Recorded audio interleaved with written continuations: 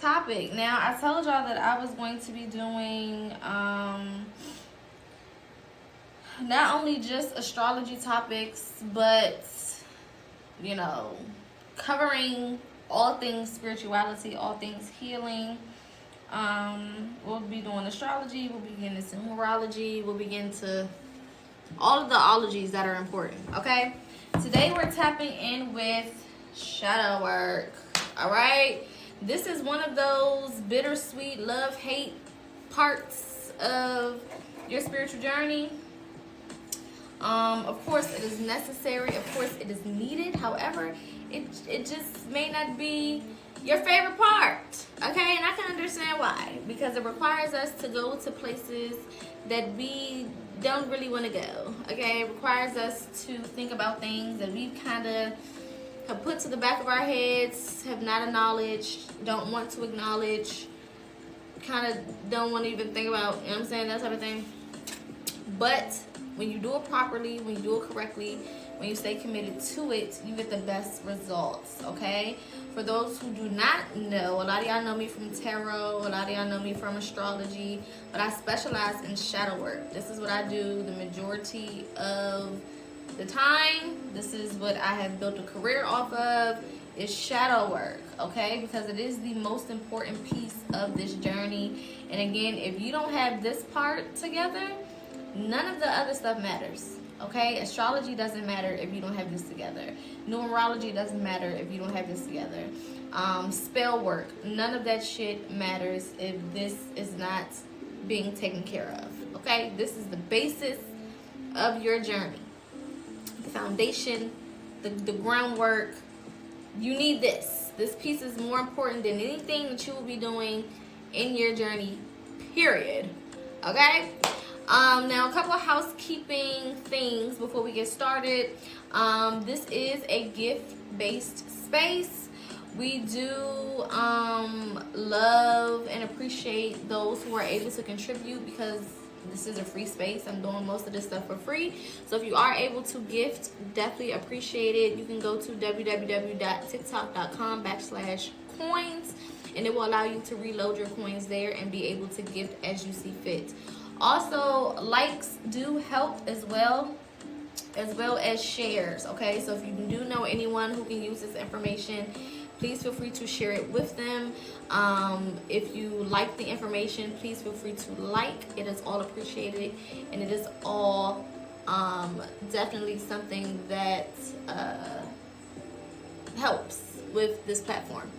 Okay, question before we get started. Question: why, when we find interest in these things, why do they think we don't believe in God? Well, usually it's because a lot of people have the wrong idea of what these things are. Especially when it comes to shadow work, people see shadow and they automatically assume the devil. Like, they automatically assume, like, we're over here talking about Satan or something. And that's so far from what this actually is. It also goes into the stigma of religion. Religion has been created to overshadow and to send a negative overcast or overtone on spirituality, because religion's whole purpose was to distract those who are naturally spiritual, okay, which is melanated people, from themselves. Spirituality allows you to figure out who you are, what you're supposed to be doing, helps you connect with yourself as well as the world around you. So in order to keep you distracted, in order to keep you under whatever hypnosis or spell that they needed to keep you under, they gave you religion, okay? So it's one of those things where, you know, you learn a lot of isolation, you learn a lot of independence very early on, because a lot of people are not going to agree with you. A lot of people are going to automatically deem whatever you're doing as negative or demonic or something along those lines. You know what I'm saying? So that's probably one of the cons that we have to deal with when we do start to be more outwardly spiritual, and we kind of let people know that this is what we do, this is what we practice. However, once you get past the beginning stages of that, it's smooth sailing pretty much. You know what I'm saying? You worry less about that shit, you know, it doesn't bother you as much, okay? Alright, so again, today we're tapping into shadow work. This is going to be a shadow work 101 quick little course. We're going to get into what shadow work is. We're also going to cover childhood trauma healing. And we're also going to go through some tips, some tools, some exercises to help you guys with this process. Now, shadow work is a very, very important process when it comes to, not even if you're spiritual, it's not just a spiritual thing, right? Shadow work is not just about, you know, spirituality and people who are spiritual. It's also just a way of getting more in tune with who you are, right? So we want to take this word shadow, okay? Shadow work is about figuring out what lies in the shadows of your energy, okay? That doesn't just mean trauma.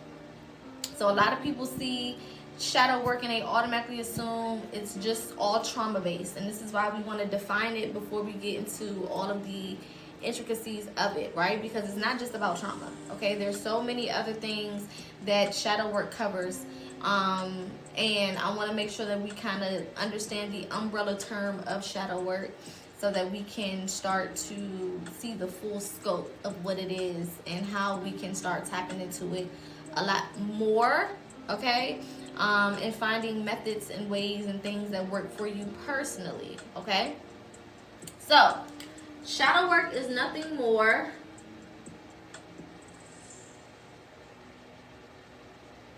than self-development. If you can remember that, you can remember anything, okay? Shadow work is nothing more than self-development. That's it, okay? Nothing more, nothing less. Don't make it difficult. Don't make it hard. It's self-development, okay? Anything that you do to develop yourself or to become a better version of yourself will be under the umbrella of shadow work. So this could be anything. Name some ways that you can develop yourself in the comments. Let's just spearhead this a little bit and get a little interactive, okay? What are some ways that you can develop yourself?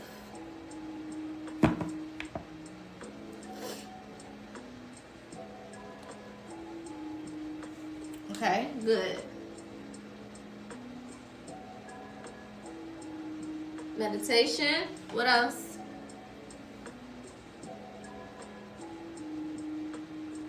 Accountability. What else?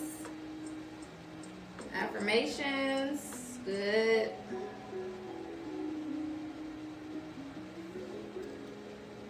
Journaling. Good. Somebody said self-care. Reading. What else? Yoga.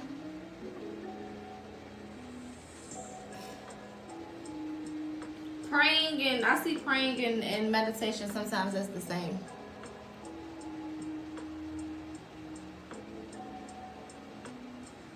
Okay, good.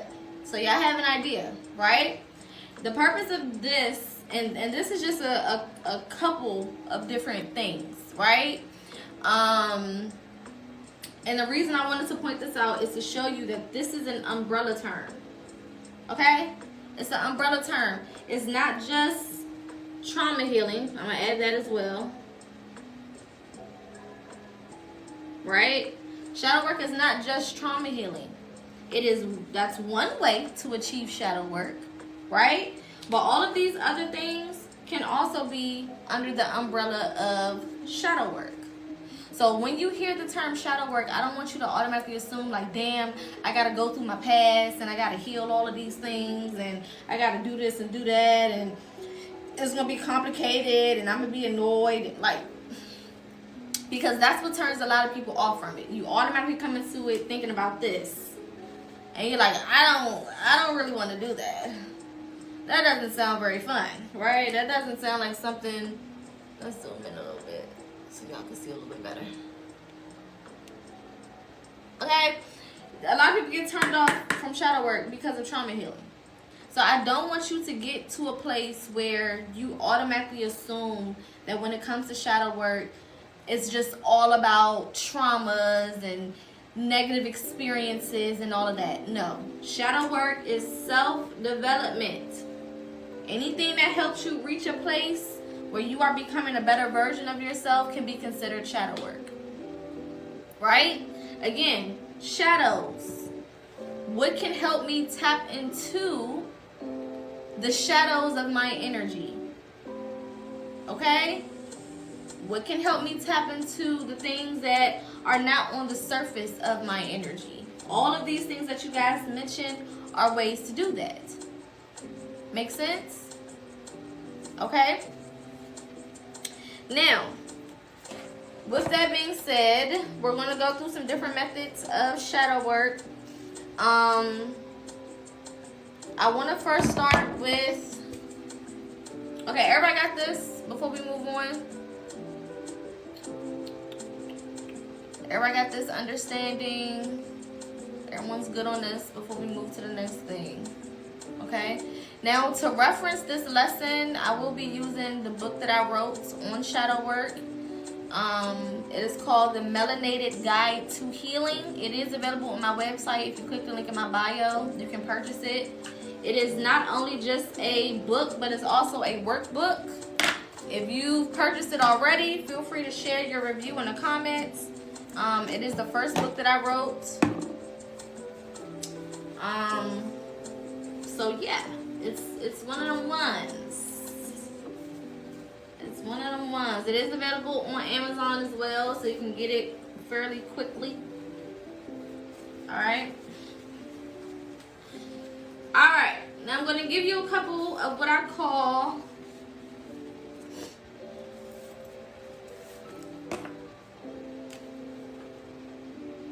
three keys to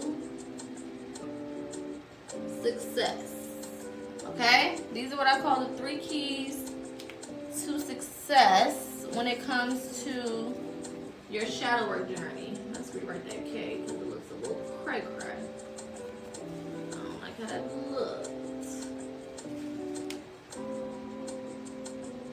Okay.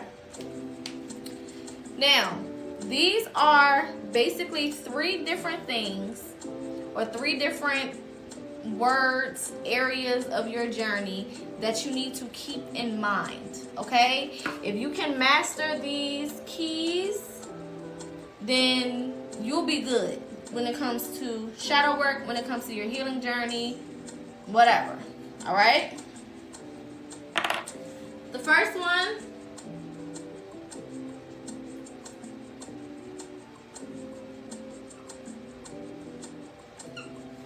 accountability. Accountability. Accountability. Accountability. Accountability. Accountability. Accountability. Okay? Accountability is the name of the game. Everything starts here. Alright? Accountability allows us to identify the issues or the problems that we may be dealing with, helping us to understand further that our journey is about us and us only. Okay? A lot of times people come into healing and the first thing you want to do is play the blame game. No. No. Okay? That's not how this goes. You're not going to get any success on your journey if you come in here pointing the finger at every goddamn body and making it the world's fault. You're not going to get nowhere. Okay? You're going to end this journey the same way you started it. In the same predicament, in the same space, in the same mentality. Okay? Accountability allows you to identify. Let me use the definition that I wrote. Your problems and issues. Okay? Without this piece, we don't even know what we're working on. We don't even know why we're here. I always use the example. If you take your car to a shop right? To an auto shop, to a mechanic shop, to the dealership, right? And you're like, yeah, something wrong with it. And then they just heist it up and just start pulling parts off. You're going to be like, what the hell is going on? You don't even know what's wrong with it, right? If you go to the doctors and you just like, hey, I feel like I'm sick, and they just start shooting you up with stuff, you can be like, hey, wait a minute. You don't even know what's making me sick, right? It doesn't make sense to do it that way. That's how a lot of people come into healing. You come into healing knowing that you have certain things overall wrong with you, right? But if you don't know the specifics of what is wrong, then what are you working on? How do you know what to do? Right? So this is why anytime you go to, like I said, a car dealership or an auto mechanic shop or a hospital or whatever, they run a diagnostics test, right? Or they give you different tests, period, in order to pinpoint exactly what's wrong, and then they come up with a plan of action. So accountability allows us to figure out what is the diagnosis here. Okay? Now, of course, when we get into childhood trauma, which we will cover today as well, there are other people who play a part in why you are the way that you are. Correct? But I always say it may not be your fault that you were traumatized, but it is your fault if you stay traumatized. Meaning, yes, your mama could have did whatever to you. Your daddy could have did whatever to you. We got it. Grandma could have did whatever. Uncle could have did whatever. Auntie, whoever. They most definitely can be responsible and have to be accountable for their part that they played in your life. However, if that happened when you was 3 and you are now 33, at some point, accountability. Okay? Because you're not living in them people's house no more. You're not subjected to the things that they did to you anymore. You're a grown-ass adult living on your own, doing your own shit. At some point, you got to wake up and identify your problems and your issues so that you can fix them and move past that point. Okay? For example, if you got into a relationship and that person was, let's say that person was violent, okay? And we're going to be talking about some real shit today, so just brace yourself. Come in with an open mind. It may be a little touchy. But let's say you got into a relationship and that person was violent, okay? It wasn't their first time being violent. They was violent the whole time. Now, it may not be your fault that they are a violent person, but it is your fault if they continuously have the opportunity to be violent to you. Because it's your responsibility to be accountable and remove yourself from that situation. If we're opening the door to allow people in to harm us, then we have to take some type of responsibility in that as well. Okay? Now, your shadow work journey, your spiritual journey, your healing journey is all about you making different decisions to put yourself in a different predicament, in a different environment, in a different space. You can't control the actions of nobody else outside of yourself, and it's important to understand that. Only you have the ability to change your life. You can't change how nobody else acts towards you. You can't change how nobody acts, how nobody else sees you. You can't make anybody want you. You can't do anything for anybody outside of yourself. So accountability is number one, because we can't do nothing on this journey without this piece. We can't change our lives without this piece. Okay? So the question for accountability would be,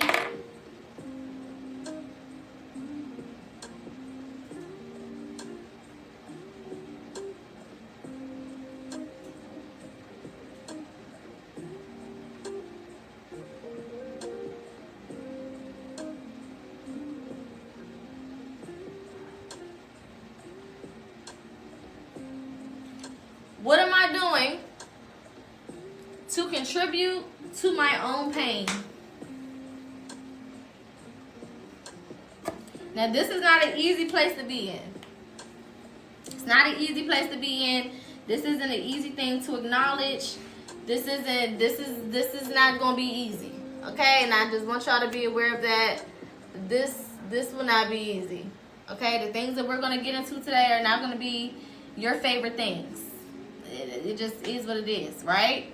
But how am I contributing to my own pain? When it comes to accountability, that's what you need to be asking yourself. Yes, this will be on YouTube. My YouTube is linked in my bio for those who want to subscribe. Okay? What am I doing to contribute to my own pain?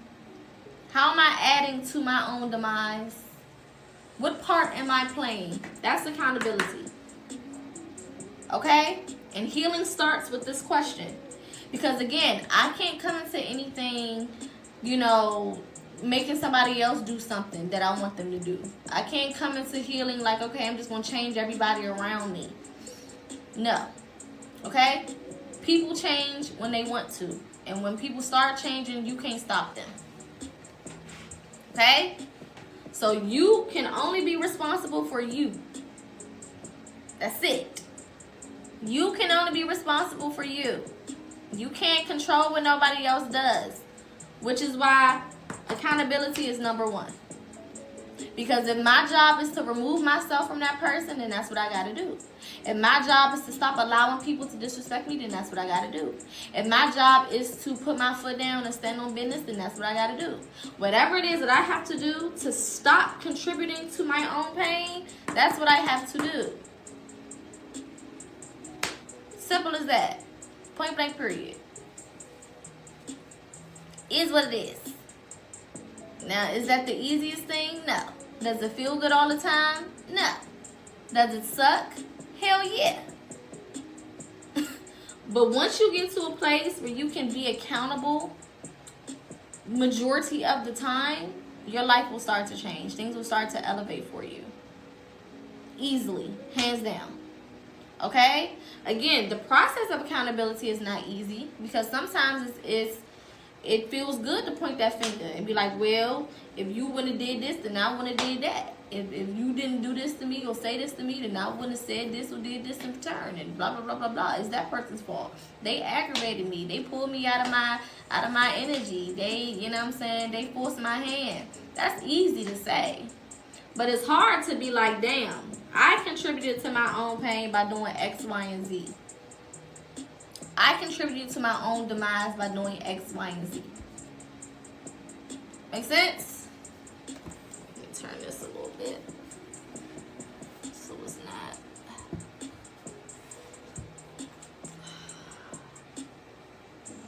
Let's cut it off. Let me go for a second. Okay? All right, second thing.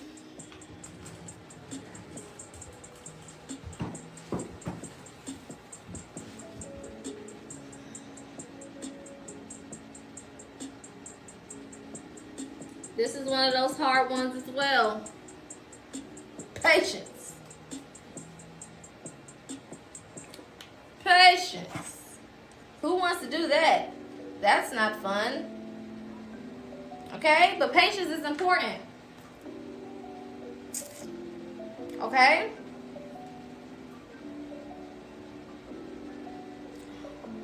Be aware that the concept of time you're used to in the everyday world does not apply to your healing journey. You have to understand that. The way that you think about time has nothing to do with your healing journey. Okay? The spiritual realm does not operate on giving you things according to regular time. Okay? Years, months, dates, hours, minutes, seconds do not apply to your healing journey.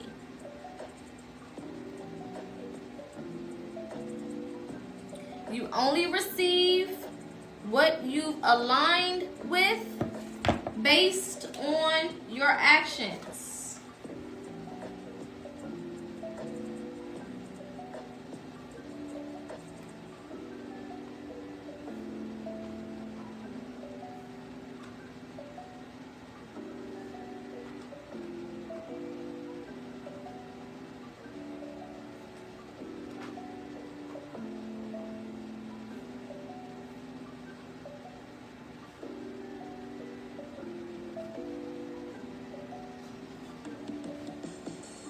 Okay? You only receive what you have aligned with based on your actions. Okay? Your shadow work, your healing, your spiritual journey, time does not exist. Get that out your head. Some of y'all come into healing and shadow work, you're like, okay, within 6 months I'm gonna be like this, and I'm gonna heal my mommy issues within 3 months, and by this time next year I'm gonna have all of this sorted out. That's not realistic. And when you start to set those unrealistic ass expectations, this is why a lot of people get turned off from their shadow work journey. This is why a lot of people get turned off from their healing journey. Because you don't meet the expectations that you set for yourself, and then you automatically start to blame yourself or get upset with yourself or get mad at the process because you think it's not working, or you think that you're not working hard enough, or you think that you did something wrong or whatever. And that's just not the truth. The truth is, this journey is based on alignment, based on actions. So you'll get to that place of healing once you have aligned with that energy based on the work that you've done. It's not going to happen within a specific time frame. Another thing that's important to remember when it comes to this journey is not only do you have to be patient so that you're ready for whatever is coming in, but that thing that's coming in has to be ready for you as well. So sometimes y'all are upset because you feel like, damn, I should have had something by now. Well, maybe that thing is not ready for you. You know what I'm saying? Maybe that thing that you're looking for is not ready for you yet. That job, that career, maybe it's just not ready for you yet. Maybe it's waiting for a different version of you or a different energy from you. Or maybe you're not ready for it. It can go either way. You don't want to receive anything prematurely and then you get it and you waste it, or you mess it up because you're not ready, or you get it and it's not ready for you, so then it falls through. You know, you don't get to the other side of that thing in a manner that works for you. You don't want to be in that energy. So patience is important. Okay?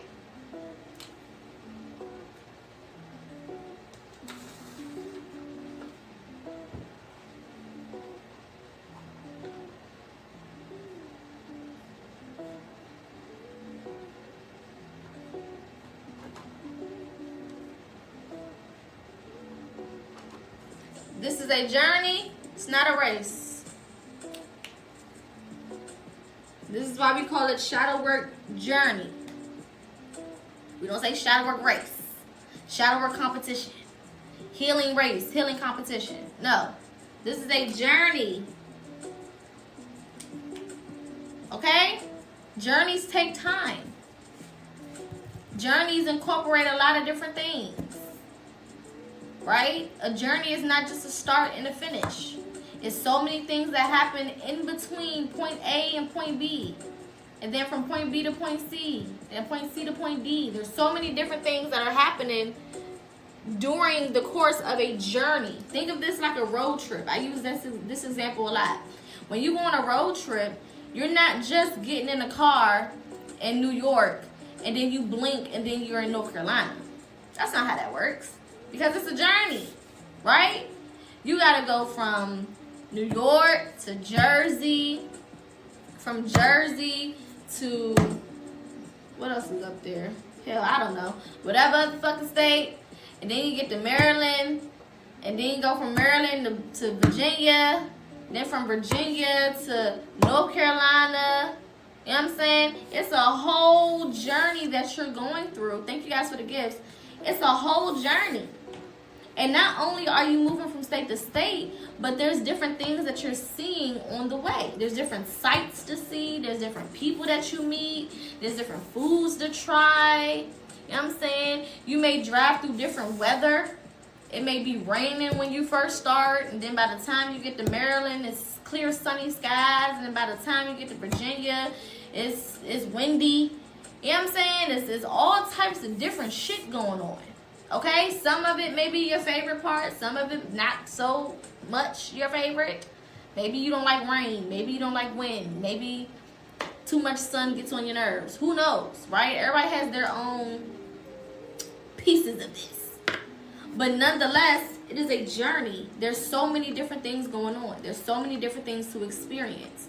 That's what your shadow work journey looks like. That's what your healing journey looks like.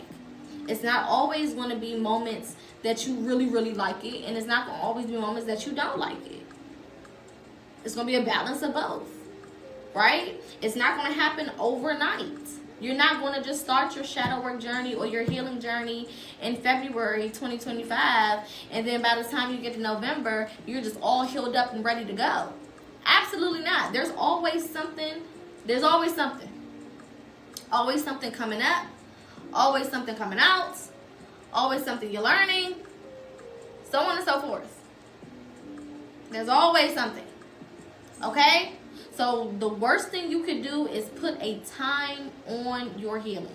The worst thing that you can do is put a time on your journey. That is the worst thing that you can do.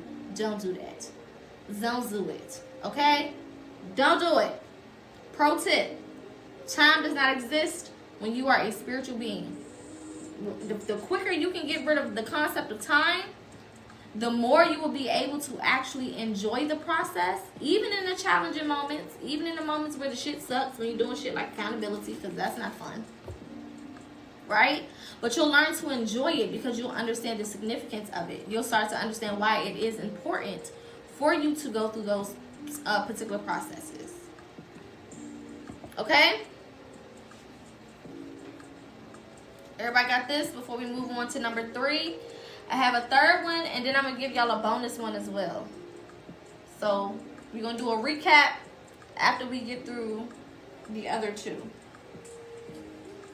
Alright? Let me move my chair over.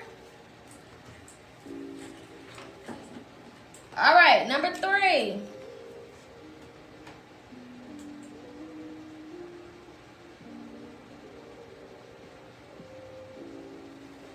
Consistency. Oh, I left this y'all know that. Consistency is another one of them ones. Okay? Another one of them ones that may not be the easiest thing to do. Okay? Being consistent is hard as hell.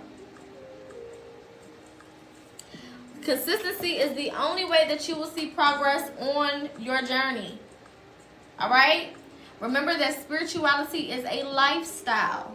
It's not just something that you pick up and put down and you only do on a new moon, or you only do it when it's a Lionsgate portal, or you only do it when, you know what I'm saying, whatever. No.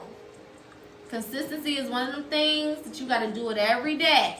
There's something that you need to be doing towards your journey, towards your growth, towards your healing, towards self-development, towards being better every single day. And I don't want you to, I'm going to do a recap at the end, babe. So in case you just coming in, you didn't miss anything. I'm going to recap it in a second. All right? It's not one of these things that you pick up and you put down. Okay? That doesn't mean that you have to be doing a whole bunch of crazy shit every day just to say that you're healing, right? But it does mean that you're doing something to contribute to your growth.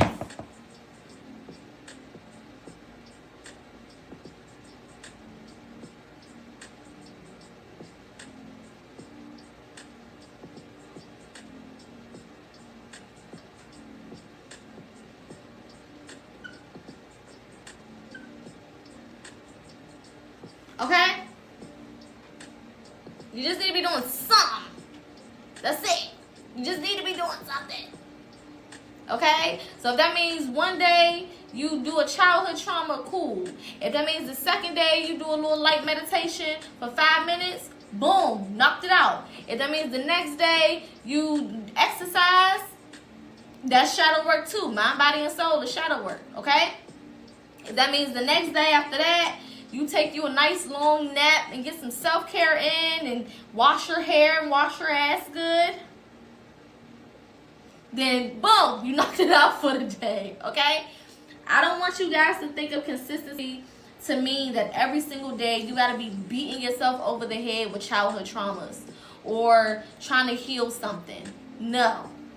You just need to be doing some sort of self-development every day. That can be as simple as, yesterday I cussed out 11 niggas. Today I cussed out 4. I'm being consistent. I'm consistently working on myself, right? Thank y'all for the gifts. Thank you so much. All gifts are appreciated. This is a gift-based live. That is a way to show your love and your appreciation for the live.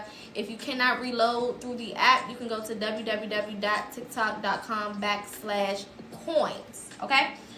But yeah, you don't have to be trying to beat yourself over the head with old shit just to say, you know, I've done my shadow work for the day. I'm spiritual. No. Okay? Consistency just means doing something. Keyword. Something to contribute to your growth. Yeah.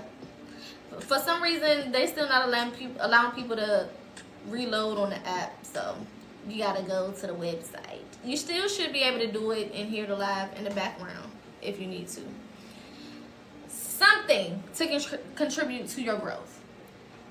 So I don't want you guys to get overwhelmed, okay, in the head when it comes to.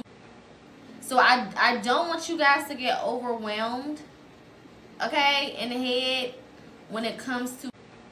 So I don't want you guys to get overwhelmed, okay, in the head when it comes to. So I don't want you guys to get overwhelmed, okay, in the head when it comes to. Answer for that. I didn't even say none of that, hoe. What is she talking about? Answer for that. I didn't even say none of that, hoe. What is she talking about? Child, I didn't even say her name. What the fuck? Anywho, if you think about it from a religious standpoint, right? Christians, everything Christians do is about their lifestyle of being a Christian. Okay, I was on the phone with my mama the other day, and she was talking about something. No, she was putting up some type of little IKEA little thing in her little makeup room, and she couldn't get it, and she was like, see, the devil don't want me to set this thing up. I said, girl, what?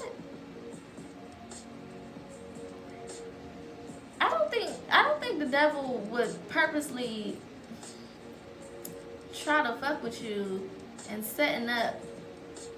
I think it was a shoe rack. Like, what would the devil gain from fucking you up with the shoe rack, girl? What the hell are you talking about? But it's her lifestyle. So everything in regards to her damn lifestyle is going to have some type of Christian undertone. It just is. Is it lagging for everybody or just one person? If it's lagging for one person, you're going to have to click out and come back. I just want to make sure it's not lagging for everybody. But Christians take that shit very seriously. Okay, good. They take it very seriously. All right? They are very. They don't play. Okay, it's good. Okay, cool. Everything that they do is about their Christianity. Same thing with your spirituality, right? We understand that everything is spiritual. Our diet is spiritual, right? We know that food contributes to our spirituality. When you understand that you're an energetic being, you eat different. That's why when a lot of us start our shadow work process, our diet automatically changes. We automatically start eating different. You might not even be doing this shit on purpose. But one day you just wake up and you're like, I don't want chicken no more. You know what I'm saying? I don't want to eat red meat and pork no more. You know? I don't want to eat a whole bunch of dairy no more. You just automatically start making lifestyle changes, right? Or you want to get in the gym. You want to start exercising. Making mind, body, and soul changes. It just starts to happen, right? Because it's all a part of the lifestyle. So don't overthink it when it comes to consistency. As long as you are doing something that helps you grow and become a better version of yourself, then you're being consistent. Okay? That's it. Alright? Now, I'm going to give y'all a bonus. Okay? So this is a bonus. I'll put a little asterisk beside it. Alright? And this is one of them ones. Intuition. Intuition, intuition, intuition. If I was a broken record, I would probably say this word 5 million times back to back to back to back to back to back to back. Because this is one of them ones. Intuition is very important on the spiritual journey. Okay? Your intuition is your gut feeling in regards to moving forward on your journey. Steps that you need to take, things that you need to do, ways that you need to go. Okay? Your intuition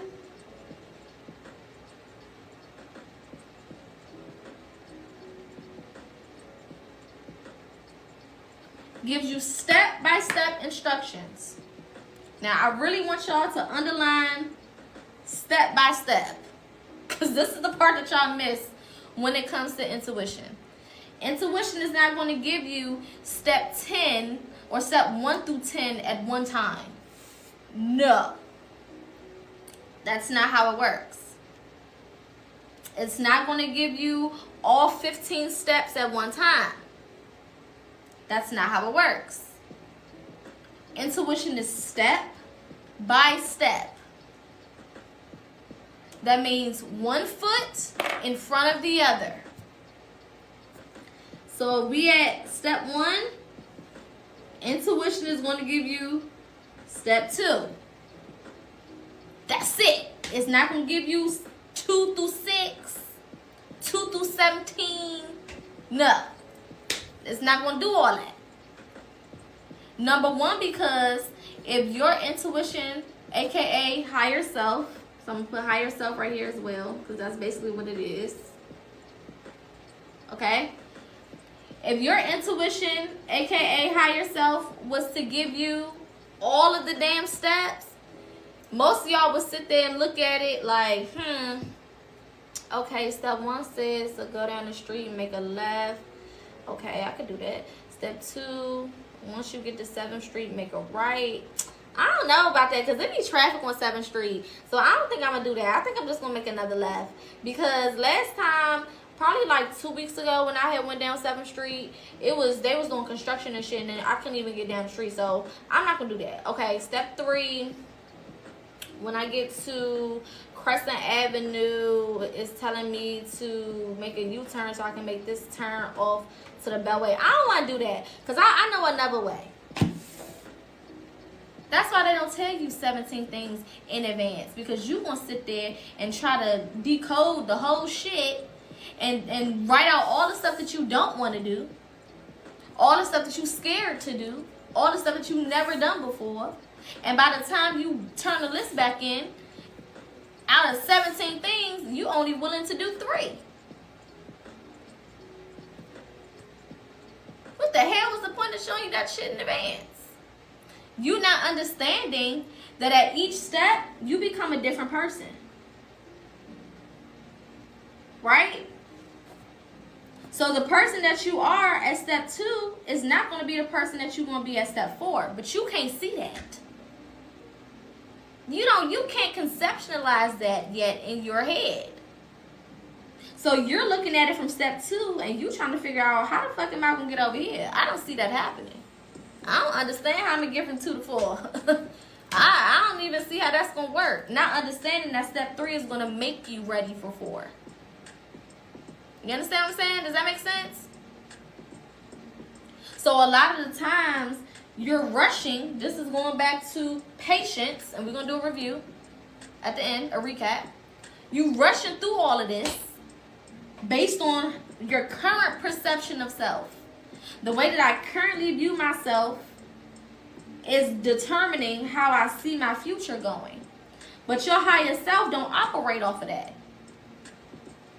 Because your higher self is already viewing you as this person. You're not viewing you as this person because you don't see how you're going to get there. But that's why intuition gives you step-by-step instructions. Because it knows if they show you this whole plan, you're not going to be able to see it. You're not going to be able to conceptualize it the way that it's meant to be. You're not going to be able to see yourself here having all of these things, right? Or being able to make it through all of these things. And you're going to count yourself out before you even get started. Based on where you currently are. Okay? So let's recap.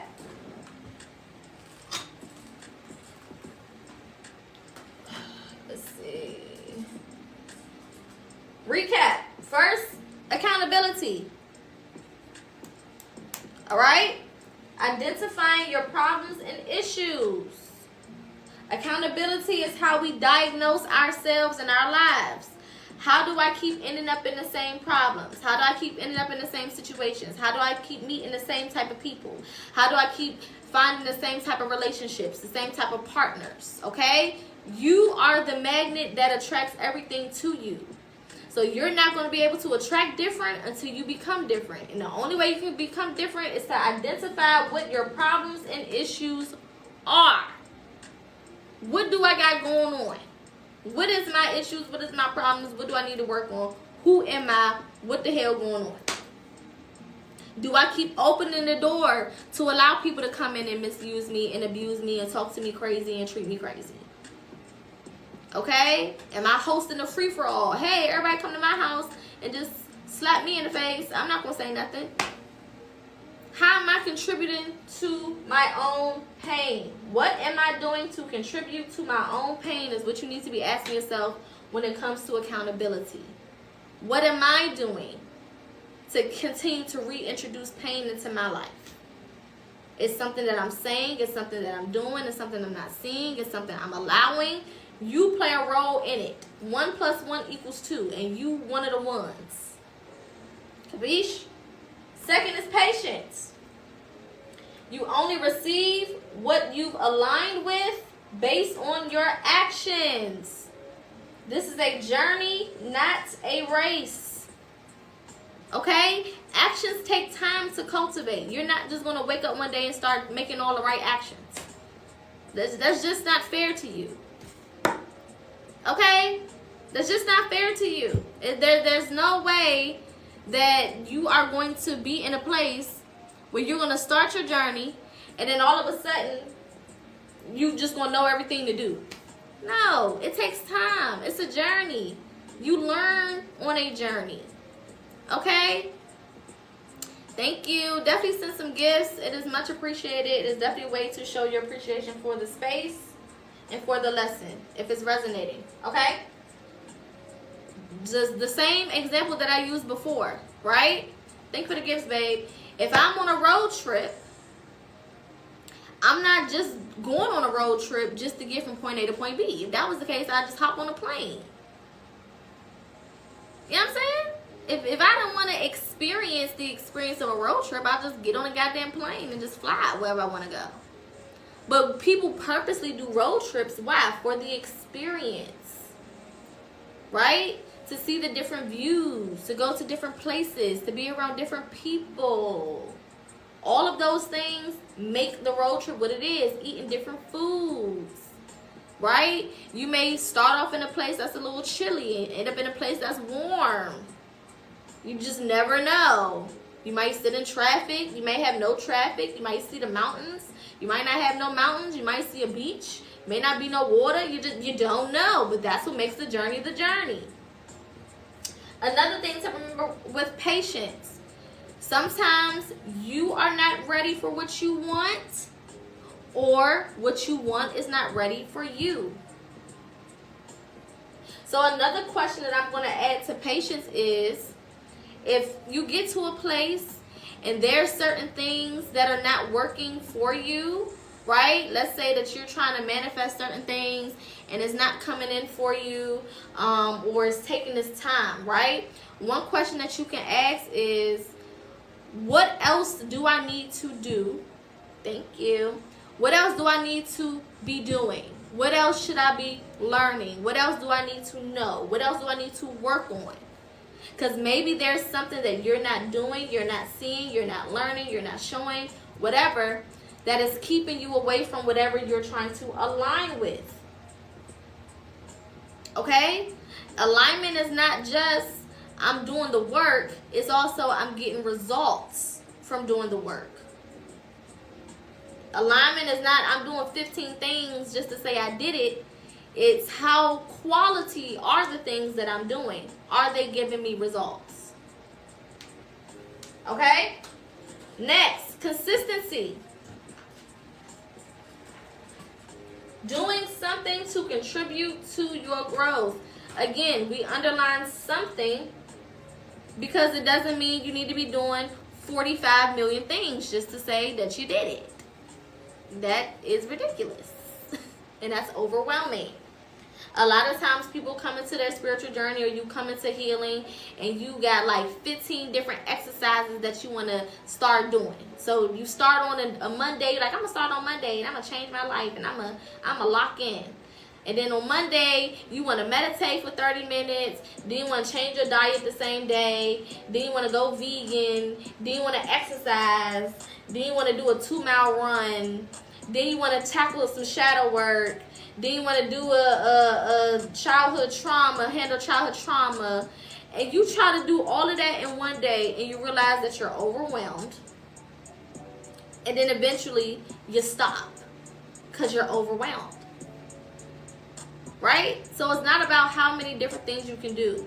It's how good can you do the things that you're doing. Even if it's one thing per day, it does not matter. It don't matter. If you're just doing one thing, who cares? Again, it's not a competition. It's not a race. You're not going against nobody.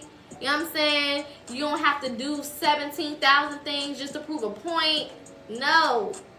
How are you effectively doing the things that you're doing? So if you're going to take a time or set aside time to meditate, can you meditate effectively for 30 minutes? And we're going to cover meditation today a little bit too. But can you effectively meditate for 30 minutes? You know what I'm saying? That matters more. Even if you don't do 30 minutes, can you effectively meditate for 5? It's not about how long you can do it all the time.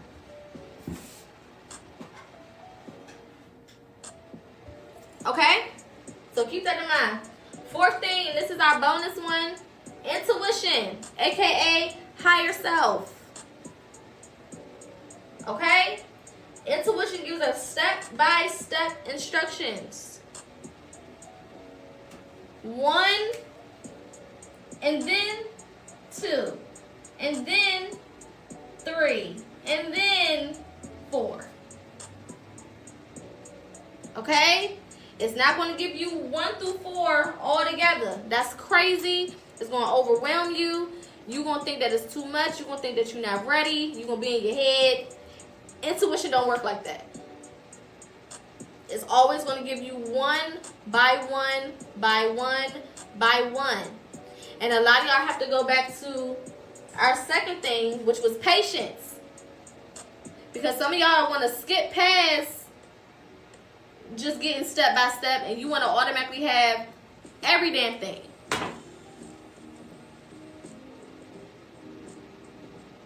Okay?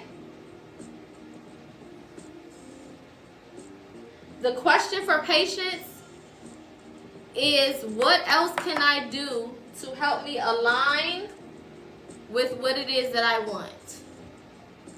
What else can I do to help me align with what it is that I want?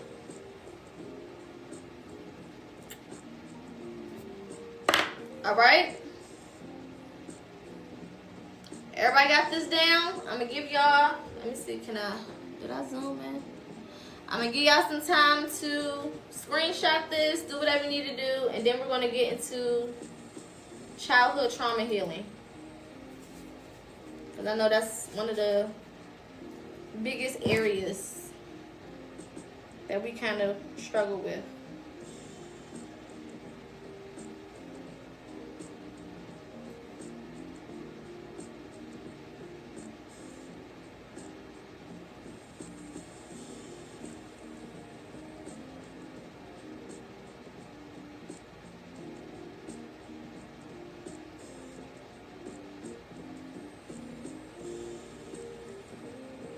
15 seconds.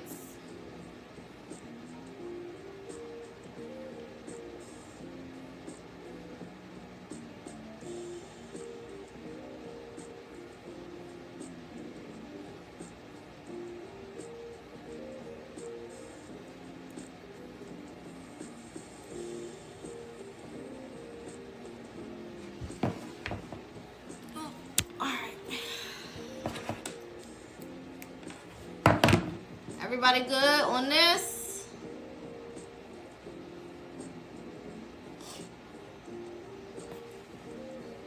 Okay, now let's move on to childhood trauma healing. Again, if you're just joining, we are going over shadow work 101. We just did our keys to success. These are things to remember as you're going through your journey. Now, the thing about these keys that I gave you, they're going to show up in some type of capacity throughout your entire journey. So this is why I gave it to you, because if you can go ahead and get these things in your head now, then when they show up, you'll be able to understand it for what it is and do what you need to do to execute and get to the next step. All right? There's always going to be a moment in your journey where you got to be patient. There's always going to be a moment in your journey where you got to be consistent. There's always going to be a moment in your journey when, you know, you're going to need your intuition. There's always going to be a moment in your journey where, you know, you got to be accountable. All of these things will show up all the time.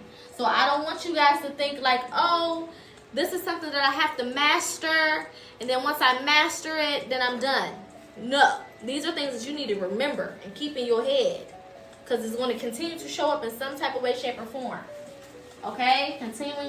Continuously challenging you in some type of way, shape, or form. Okay? And you can do it. You can do it. But it's all about the mentality that you bring into this process.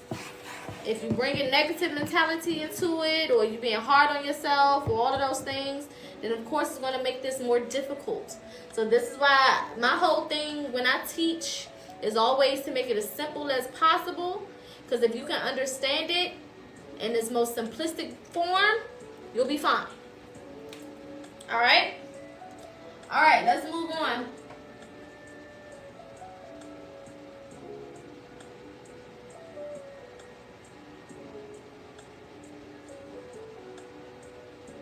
Now this is one of them ones, so we're going to spend a little time on this, okay? Because this is definitely one of those ones that is not that fun, okay? A bit challenging, right? But very, very necessary. Extremely, extremely necessary when it comes to our healing journey. Okay?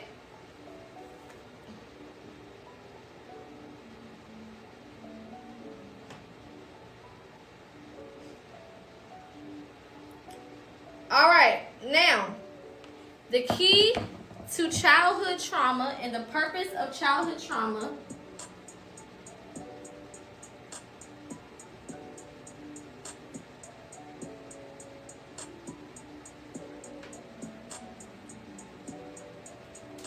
is to find the root, keyword, root of your pain.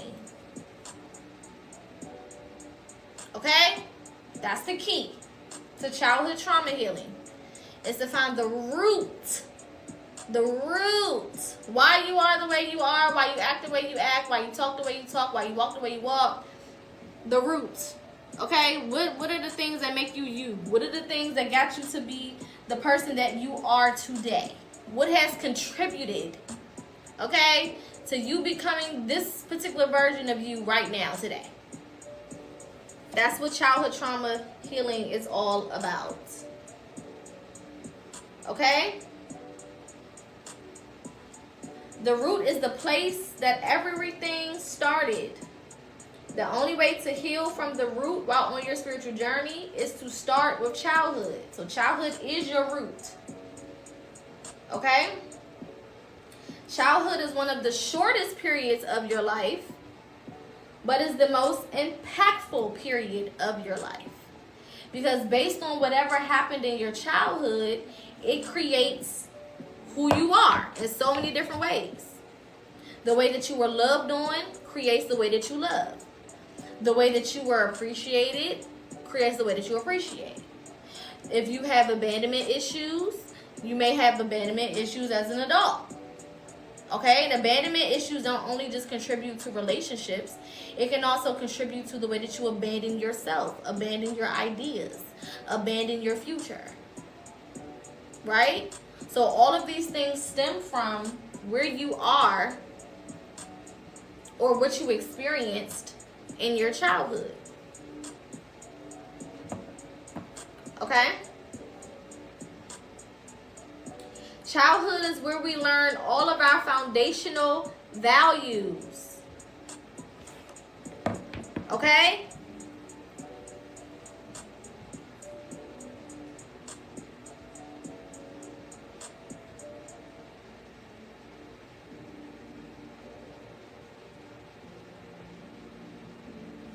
Childhood is where we learned our morals and our values. Period. Okay? The things that we were taught, the things that we experienced, the things that we were shown, all contribute to the way that we live our lives as adults. All contributes to the way that our morals look, the way that our values are set up. So this is why you can meet different people and they have completely different values. You know what I'm saying? You may meet somebody whose whole family think that it's okay to do OnlyFans or something. And then you may meet a whole other family who think that that is just the craziest, most diabolical thing ever.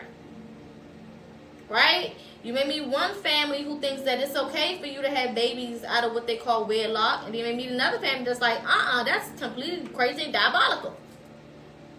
You may have one family who thinks that it's okay to talk to each other crazy and cuss each other out and fight each other. And you got another family that's like, we don't do that. We don't put our hands on each other. That's crazy. If we ever get to the point where we put our hands on each other, something is fucking wrong.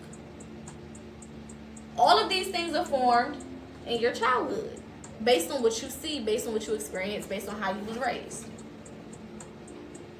Again, I'm doing this whole lesson based on the book that I wrote called The Melanated Guide to Healing. It is a guide to healing for melanated beings. Okay? It is on my website, link in the bio. It is available on Amazon as well. Okay?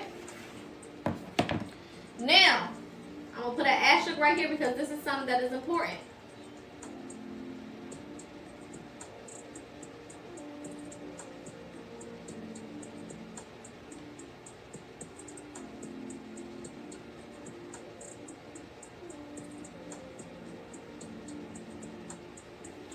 We learn more from what we saw and felt rather than what we were taught.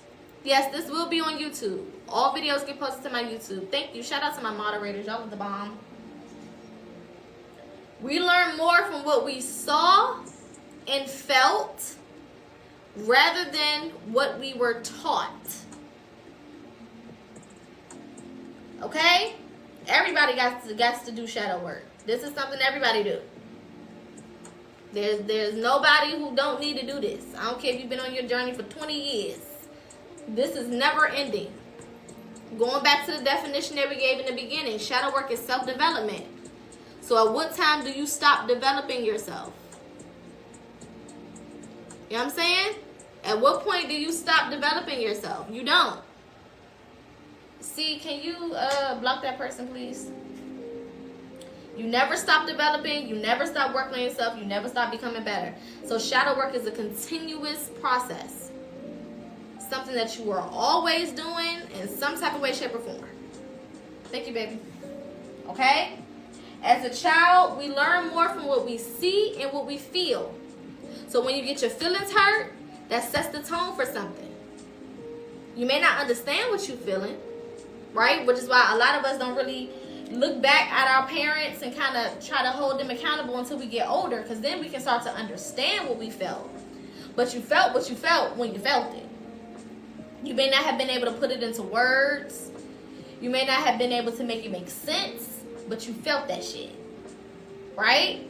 Or if you saw something, our parents would say, do as I say, not as I do. I don't know who came up with that dumb shit, because I was an elementary school teacher for 2 years, and they taught us in early childhood development. If anybody has worked in early childhood development, children learn by what they see first. I don't know who the hell came up with that, because that goes completely against science and development, right? That's how children learn to walk. That's how they learn to talk. They learn to talk by watching your lips move. It's not just the sounds that's coming out. It's also watching your lips, seeing what your mouth does. That's why if you ever seen a baby trying to say stuff, they like looking at your lips and they're trying to formulate and mimic what you're doing with your mouth, right? When babies just get up and walk, because they've been watching your ass stand up and use your legs. You don't necessarily have to teach a baby how to walk. You just walk in front of them. Keep walking in front of them, and one day they're going to get up and be like, you know what? Let me try this out. Right?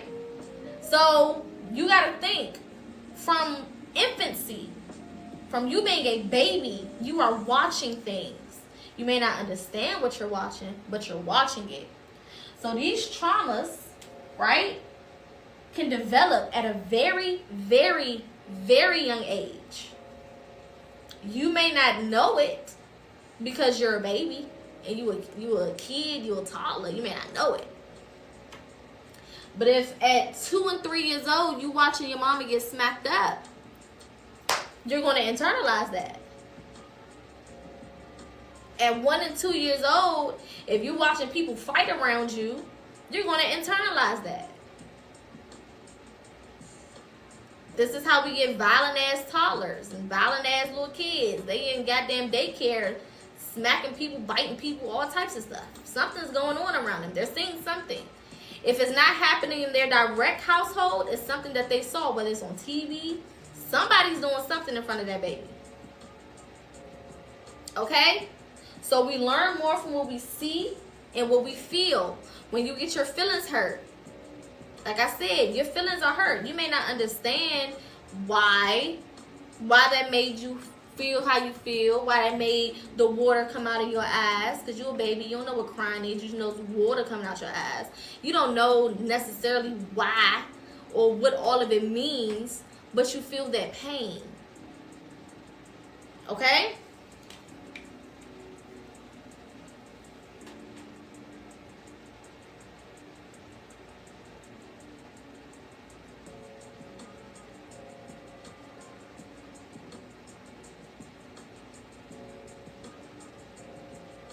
You can't heal what you don't reveal. This is one of the quotes from my grandmother. I dedicated my book to this quote. You cannot heal what you don't reveal. This is why we go back to childhood. Because there's so many things that are there that are layered upon each other, right? That cause us to feel the things that we feel, cause us to do the things that we do, think the things that we think, so on and so forth. And until we bring this to the surface, which is revealing it, revealing means bringing it to the surface, making it a conscious thing. So a lot of the stuff we saw, we felt, may not be conscious. It's subconsciously affecting us, meaning it affects us without our knowledge, right? It's the things that we just kind of do, and you don't really realize you're doing it until it's revealed. It's pointed out to you. Okay? So you can't heal what you don't reveal. This also speaks to the things that we know have happened to us, but we don't want to talk about it. This speaks to the things that we know have happened to us, but we've tried to put it in the back of our head and act like it don't exist. You're never going to get over it. Okay?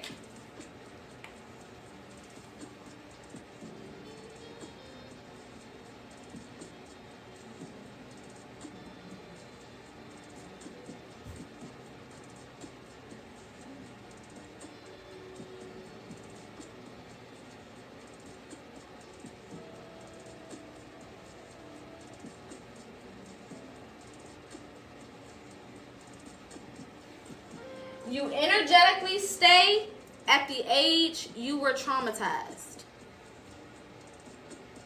I'm going to put an asterisk beside this one as well because that's one of the ones. You energetically stay at the age that you were traumatized. Thank you, babe. Shout out to you.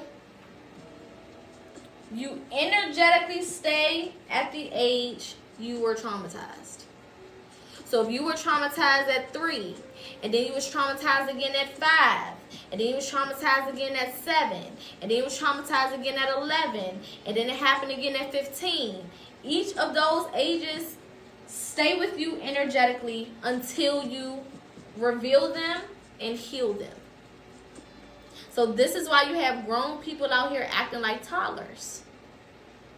This is why you have grown people out here acting like they're 4 years old.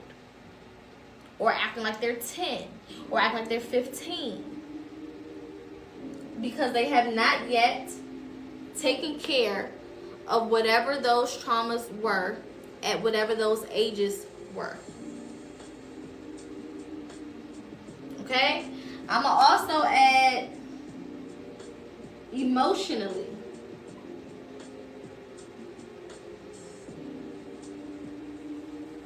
You handle your emotions based on the ages that you were traumatized at.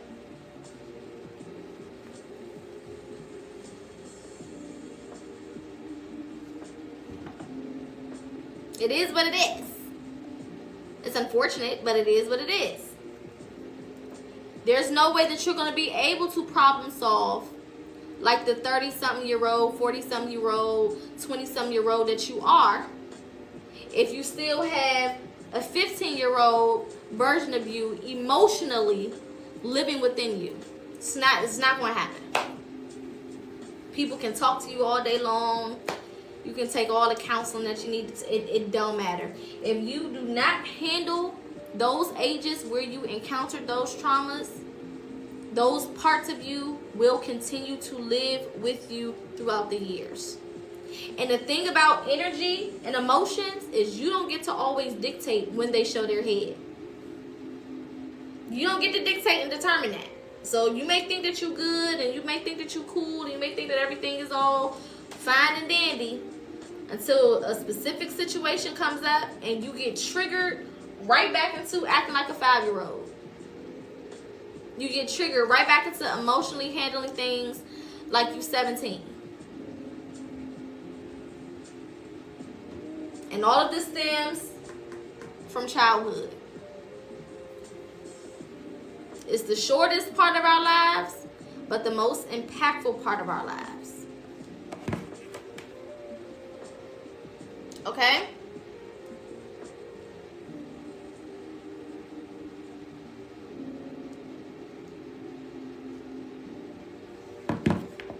Everybody understanding this so far?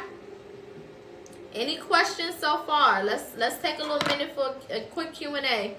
Any questions in regards to this so far? We still got some other things to cover. Yes, ma'am. I'm going to go through the parent comparison on here as well. Shout out to everybody that has purchased the guide. And this is what I'm using to reference this lesson today. Again, it is the Melanated Guide to Healing. It is on my website. It's also available on Amazon. You can get the ebook. If you purchase the ebook, it will be sent to you immediately. If you want the workbook where you can actually write things in, then that can get sent to you. Of course, you'll have to wait for it to be shipped, but it'll be sent to you immediately as well.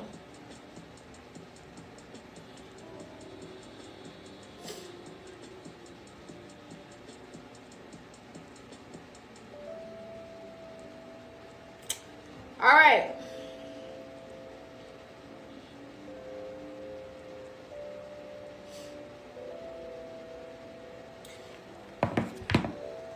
Nobody has questions because we're going to move on to an exercise. Baby girl just brought it up. But this is an exercise that helps. We're going to go through a couple different exercises. Okay? But I want to make sure y'all all got this part before we move on.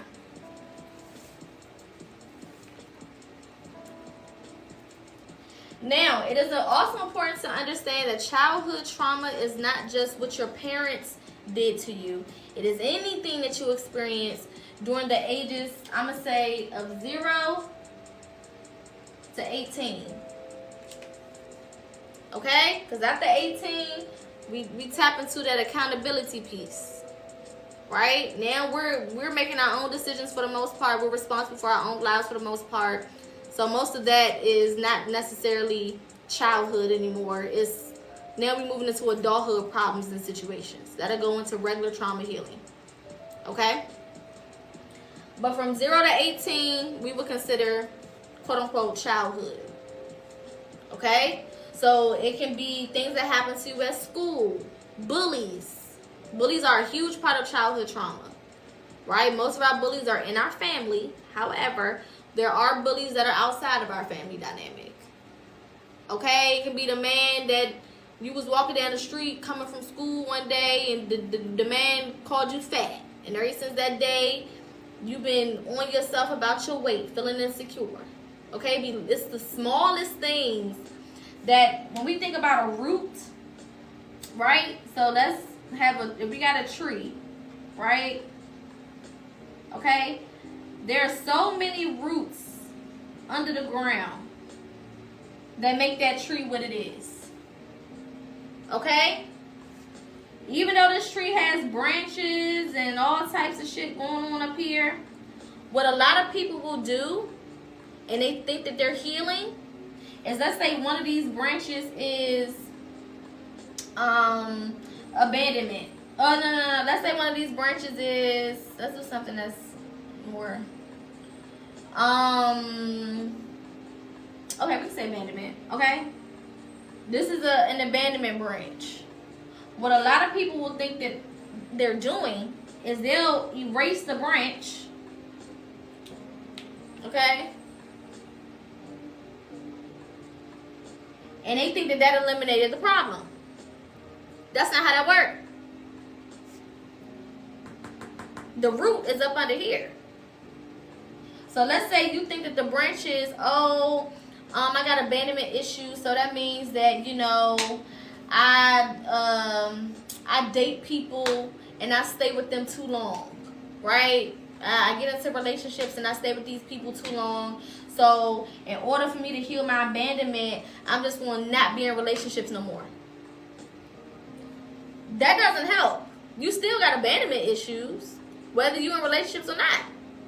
Because relationships is not the reason why you got abandonment.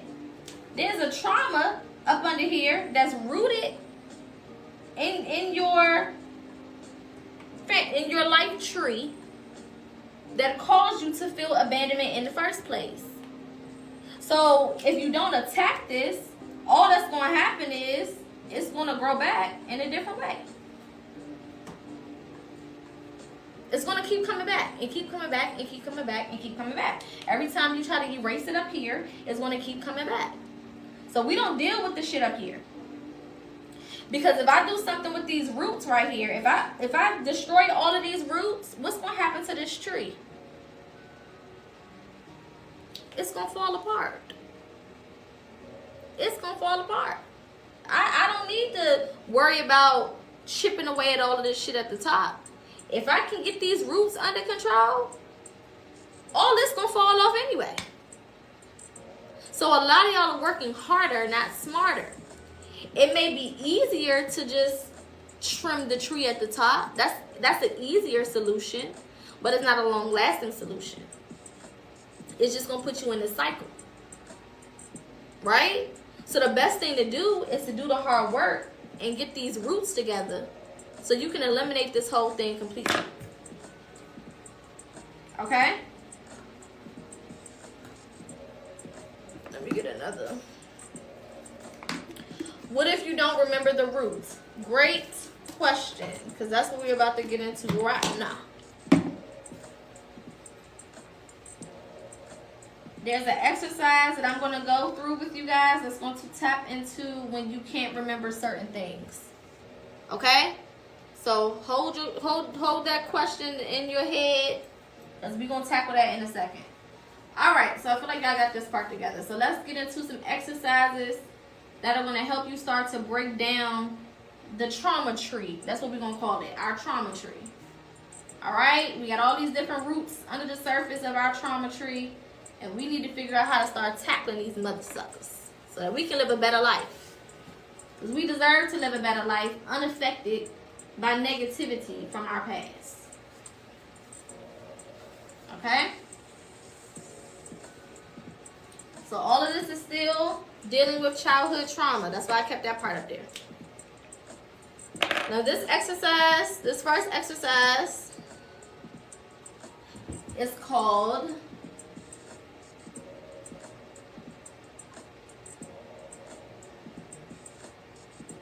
the interview method. This is one of my favorite methods to use. I like to think that I created it, but you know, whatever. It's not about who started what. The interview method. Okay, this is one of my favorite methods to use. This is one of the main things that really helped me start to lock in and identify my traumas, right? Because for a lot of us, when we think of our childhood traumas, there are specific things that stick out to us. Specific things that happened to us, specific things that were said to us, specific things that made us feel the way that we felt. Thank you for the gifts. Specific things that, you know, affected us in a certain type of way. Our mind immediately goes to specific things. But there's a lot of traumas that are hiding under the surface that kind of slip through the cracks. So a lot of times you go and you heal the things that you usually think about, but then you're still affected. You're still being triggered. You're still feeling certain things. You're still not able to really get your footing when it comes to life. And that's because there's other things that you may not even consider a trauma. Okay? So, with this interview method, what you're going to do is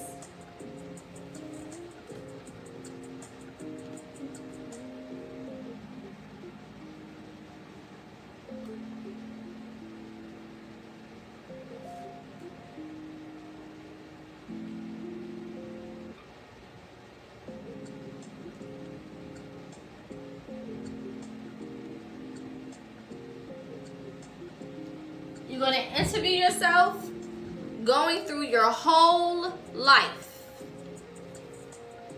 Just like if you sat down for like a podcast or something, and they're like, tell me about your life, right? Now the difference between a regular podcast type of interview and this one is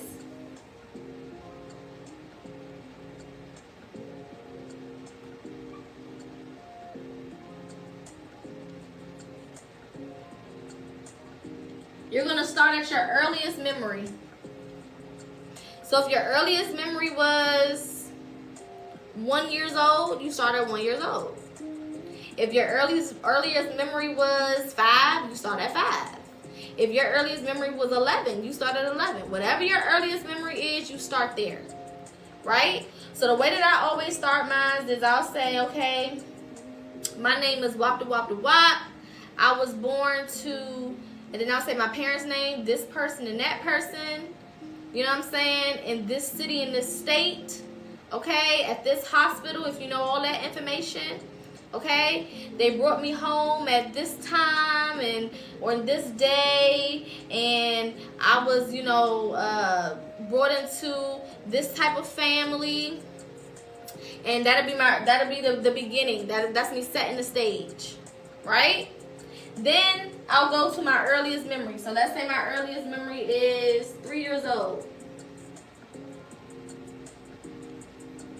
At 3 years old, I remember living at this apartment with my mom or my dad or whoever, my granny, whoever, blah, blah, blah, blah, blah, right? And you want to start there because for some of us, before we were even of a significant age, we already may not have lived with our parents. So somewhere between you being born and maybe you being 3 or 5, you could be at grandma's house. We got to figure out how you got there. Because that could hold some trauma. Make sense?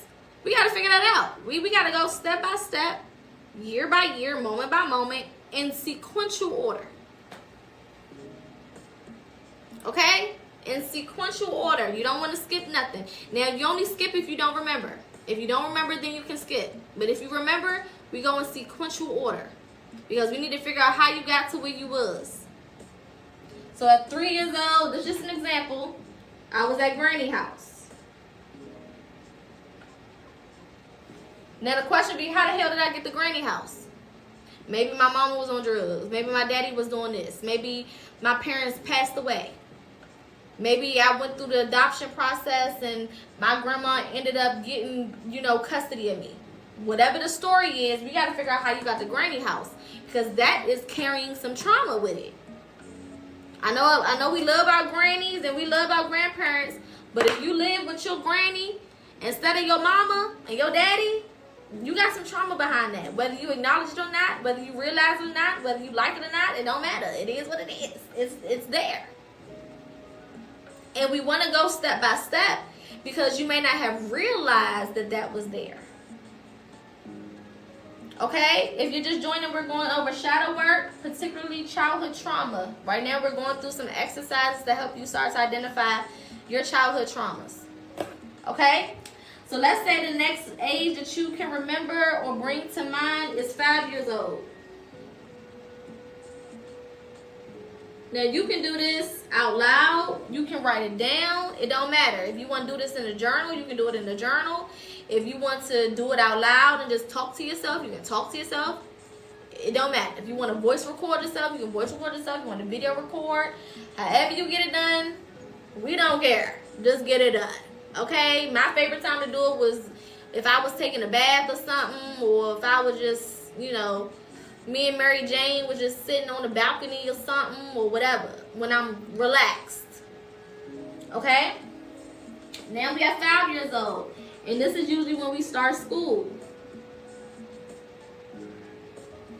Starting school is significant because now you're being introduced to other children outside of your family dynamic. Right? And a lot of us, especially in the melanated community, this is around the age that we actually start to encounter traumas. SA traumas are very high, unfortunately, around this age.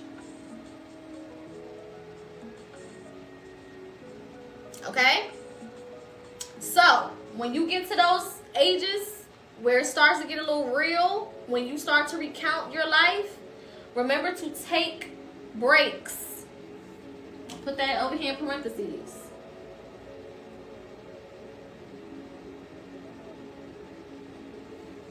Okay? Don't force yourself to keep going and keep going and keep going, and then now you overwhelmed, and don't do that. Remember to take breaks.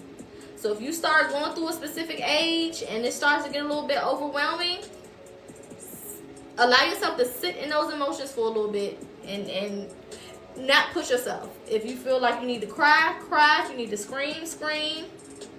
If you need to get up and walk around, get up and walk around. Okay? If it's too much to the point where you can't get through it, then come back another day. We don't ever want to push ourselves. This is how we slip into depressions. This is how we start to get anxiety attacks, panic attacks. And that's usually when people say, you know what, I don't want to do this shit no more. And they completely give up on childhood trauma healing. Okay? So you want to take breaks in between. What if you just can't get anything out? There will be something that you can get out. Right? So the goal of this is not to go looking for traumas. It's just to go through your life. This is just to go through your life, what has happened to you, what you've experienced, and start to just go step by step, age by age, layer by layer. If you do find traumas as you're going through this, then you pinpoint those areas. If you don't, then you keep going. Okay? And traumas don't always look like SA, assault, being yelled at, being abandoned. Sometimes it can be like, for me, age 6,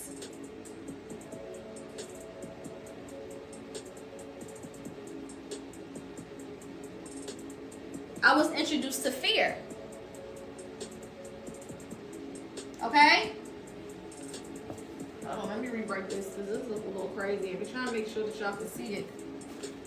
Write it in a way that y'all can see it.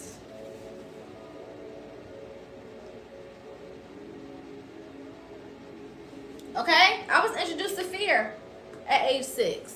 And it wasn't in a negative way, right? It was from my grandmother. I moved in with my grandmother when I was about 4. And this is not necessarily my life story. This is just examples. But personally for me, I moved in with my grandmother when I was about 4, right? Because my parents said they wasn't together, and my mama lived 30 minutes from where my grandmama lived, and they wanted me to go to a good school. My grandmother was near the good school. My father was working all the time, so they just was like, moving with your grandmama, right? They didn't understand that was going to make me have abandonment issues, but it did, right? So I moved in with my grandmama at 4. By the time I started school at 5, I was essayed at school. This is just my personal experience, okay? And then by the time I was 6, because I was living with my grandmother, she was a very, very nice, she's still alive. She is a very nice, sweet lady, but she was very scary. So she would just make me scared of everything because she was scared of every damn thing. So that introduced me to fear. Fear is a trauma. So as I continued to develop throughout life, there were certain things that I was scared to do. Scared of doing new things, scared of pushing the envelope, scared of taking leaps of faith, so on and so forth. That's a trauma. When you look at your life overall, you may not see that as a trauma. And it took me a long time to even realize that that was a trauma. You know what I'm saying? So this is why we do it this way. We're not necessarily looking for traumas, but we're pointing out moments in our lives that were influential, right? And, made us to be who we are, or caused us to be the way that we are, so on and so forth. Okay? Everything that we've gone through so far and everything that we will go through will be posted on YouTube for anybody who's coming in a little bit late. All right? I feel I may have had trauma that caused losing most of my childhood memory. Yes, that can happen as well. And this is why you only do what you remember. You don't push yourself past what you remember. If all you remember, if for you, it don't look like this, okay? This may be for somebody like me who remembers a majority of my childhood. But maybe for you, it starts at 11. Oh, hell. That looks nasty. Okay? Maybe yours starts at 11. You start at 11. Maybe for other people, it start at 16. You start at 16. Okay? Healing is subjective, which means it's going to look different for everybody. My healing not going to look like your healing not going to look like my healing. And that's the beautiful part of this. That it doesn't mean that you need to create yours to look like mine, or I need to change mine to look like yours. Right? You start wherever you remember. Okay? Because what I say is, when it's ready to come out, it will come up. When it comes up, let it come out. If it don't come up, then ain't no need for you to push it to come out. That means when you become conscious of it, when you start to think about it, when it starts to make sense, remember, this is a journey. So everything's not going to be shown to you in the beginning. I didn't realize this fear piece for me until I was damn near 3-4 years into my healing. And then it was like a aha moment as I was going through this exercise that I've done many times. Okay? The beautiful thing also with these exercises is they're like tools. If I go buy me a hammer, I'm not just buying a hammer so that I can hammer one nail and then I take it back to the store like I don't need this no more. I buy the hammer so that whenever I have another nail, I have that hammer. Same thing with your tools. Whenever something comes up and you need to go back to your methods, you need to go back to your tools, then you can do that. Okay? But this particular exercise is a way for you to start to kind of, you know how they, what is it? I don't know if it's a hoe or, you know, the thing that they use to break up the soil so that they can plant the seeds. They can break up the soil so they can make sure they can get to the roots and do whatever they need to do. This is a tool to do that. It just comes in and it breaks up the soil. So if there are things that need to bubble to the surface, they will. If there's things that are not ready yet, then they're not ready yet. If there's certain ages you don't remember, it's ages you don't remember. You start where you remember. okay? And certain things may be spotty, right? So like for me, I was able to do age 3, I was able to do age 4, I was able to do age 5, 6, but then when I got to like 7, 8, 9, it's a little blurry. It's not all there. So I'll just skip. Go to the next thing. If the next thing is 10, I go to 10. If the next thing is 12, I go to 12. Right? And you talk yourself through it. So, you know, then I turned 12 and I started, what grade is 12? 4th grade, 5th grade, 6th grade, one of them, I don't know. I started this grade, I went to middle school, and in middle school is when I was introduced to this, and I was introduced to this, and then this boy said this to me, and then these people did this to me. Yes, this will be on YouTube. And then I got into a fight, and then this happened, and then that happened. You know what I'm saying? What if you don't remember anything under 1st grade? Again, you start immediately when you remember. So 1st grade is usually like 6 or 7. Just skip to 8. There's no one way of doing this because all of our brains are different. All of our abilities to remember things are different. All of our traumas are different, causing us to forget certain things, causing us to remember certain things.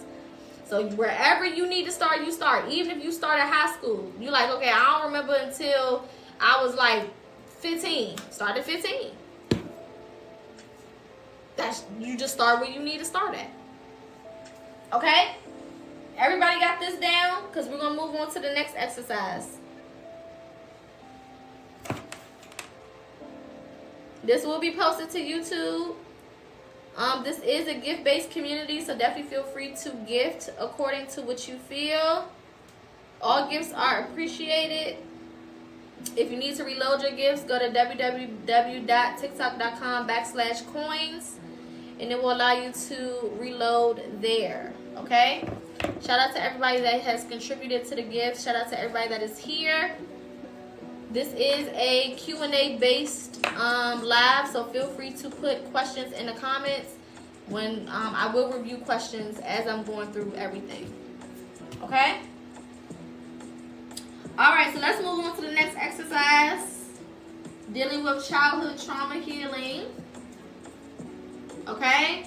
And again, take breaks, because this shit can be overwhelming. Okay? Especially when you tap into something that you didn't tap into before, that you didn't know was there before.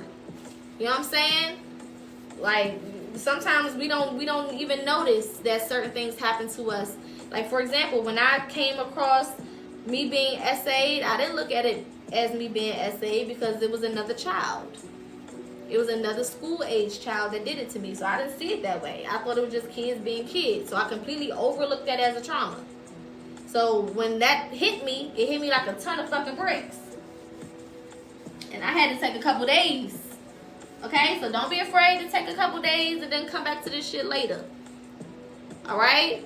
Don't torture yourself to try to, you know, do something over and over and over, or to push through. If you can push through it and you know you have the ability to get through it, then do that. Because we all know our limits. Right? But I don't want anybody slipping into depression. I don't want anybody slipping into anxiety, overthinking, any of those negative things. So this is why we take our time. Again, this is a journey. This is a journey. So there's no set time that you got to get this done or figure this out. Okay? Thank you. I appreciate it. All right, next one.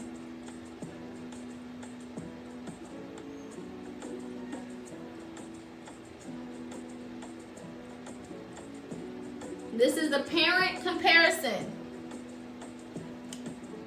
Okay? The parent comparison. I'm going to write that a little bit better.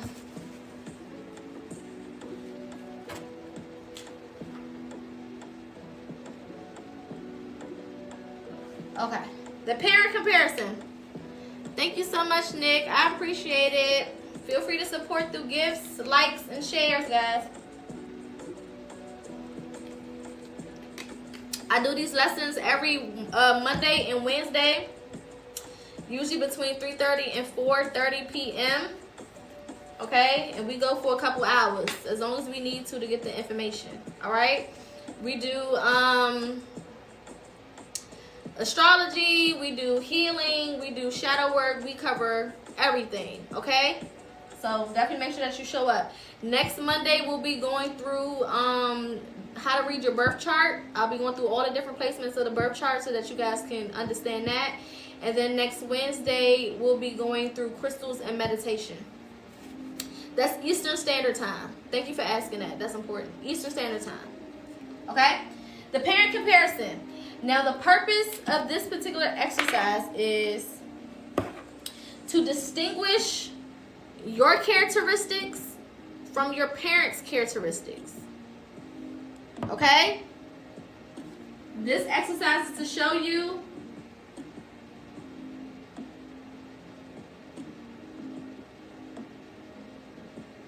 you are not your parents.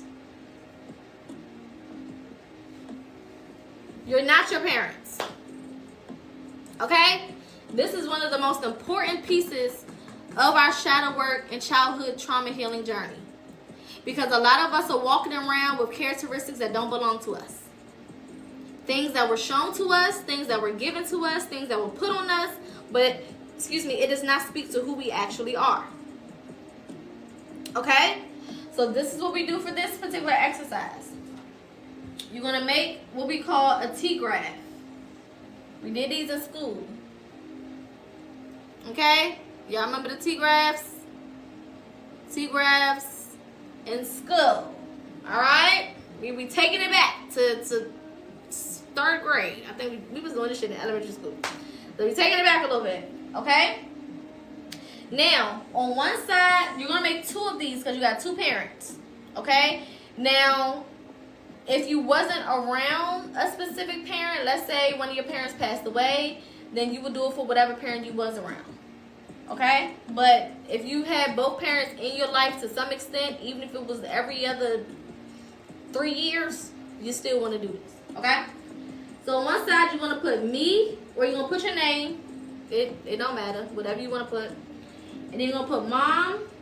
We're going to start with mom. Okay? Because moms are the most influential to us on our journeys. The majority of us live with mom rather than dad. Now, if you live with dad more than you was with mom, then you start with dad. But I'm using mom because that's usually the majority. Okay? And a lot of times we don't understand, especially if you suffer with abandonment issues, we think that the parent that wasn't there affected us the most. But that's not true. The parent that was there affected us the most because they was there. We was with them 24/7. Right? So most of the things that make us who we are, we learn from that parent that was there the most. Not the one that was out of the house. Now, they had their own things that they got to be responsible and accountable for sure. But we are the most affected by whoever was under the same roof as us. Okay? So what you're going to do is you're going to write down some of the characteristics that you have. It don't have to be all bad things. It don't have to be all good things. We want to kind of make it pretty even, right? So I'm going to say attitude, because that's 1. Right? I'm going to say caring, because that's 2. Okay? What's another one? What's another let's get some of them from the comments so that we can make this a little bit more personable. Give me some more characteristics that we can put here that will represent you as a person. Good or bad. We want to make sure that we got some of each. Okay, somebody said empathy.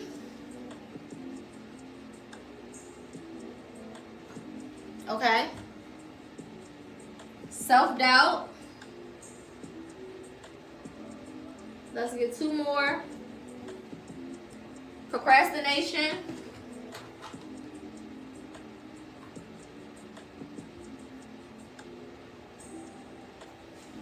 Let's get 1 more. Okay, anger. Okay, so we got attitude, we got caring, we got empathy, we got self-doubt, we got procrastination, and we got anger. I'm gonna put 1 more good one on here, just to make it a little bit more even. Okay, dependable. I like that one. Dependable. Okay. Cool beans. So this is what it will look like on your side, right? These are all the different characteristics that you can possess. Now what you're going to do under mom's side is you're going to put a check beside the ones that align with your mama, right? So do your mama got an attitude? Yes. Is your mama caring? Let's say maybe your mama is not the most caring. So let's put it no. Is your mama empathetic? Maybe she is a little bit, right? Some people be empathetic, right? But they don't be caring. Like they can feel what you feel, but they don't show it in a caring way, right? Self-doubt. Did mama have self-doubt in regards to herself, in regards to her life, anything like that? Let's say yes. Did mama procrastinate on her goals and her dreams? Yes. Did mama have some anger issues? Probably. Okay. Was mama dependable? Maybe not. Okay? Now, based on this chart, we can see that there are certain characteristics that you got from your mama. Right? Now, if I got these characteristics from my mama, that means they don't belong to me. Right? That attitude that I got, that's not my attitude. That's my mama's attitude that I learned from her. Which means that I don't have to keep walking around with this attitude. I can put that shit down and on a throw it away. I don't need that. Right? That's self-doubt. I don't need to walk around with that self-doubt. That don't even belong to me. That's not even my self-doubt. That's something that she got. And she gave it to me. And now I'm walking around with self-doubt. I didn't come into this world doubting myself. So who did I get that from? I got it from my mama. I got to get that shit back to her. Return to sender. That's not mine. Right? Procrastination. I done come into this world procrastinating and all of these different things and not doing what I need to do for myself and overthinking little small decisions and shit and not getting stuff done. That don't even belong to me. That's something that my mama got. That came from her. So I need to get that shit back to her so that I can get back to who I am. Right? And so on and so forth. Anger. Some of y'all walking around with anger that's not even yours. Who taught you to be upset? Who taught you to be angry? Especially in a black household, our mamas come in the house mad at the world. Mad at the job, mad at the baby daddy, mad at their mama, mad at their family, mad at the person they dating. They just mad. They just fucking mad. They just mad as hell. Coming in the house yelling, screaming. It's 2 dishes in the sink. They losing their mind. Now you got an attitude every day. Now you walking around angry every day. Right? And sometimes it's not as negative, right? So you may see your mom procrastinate on her dreams.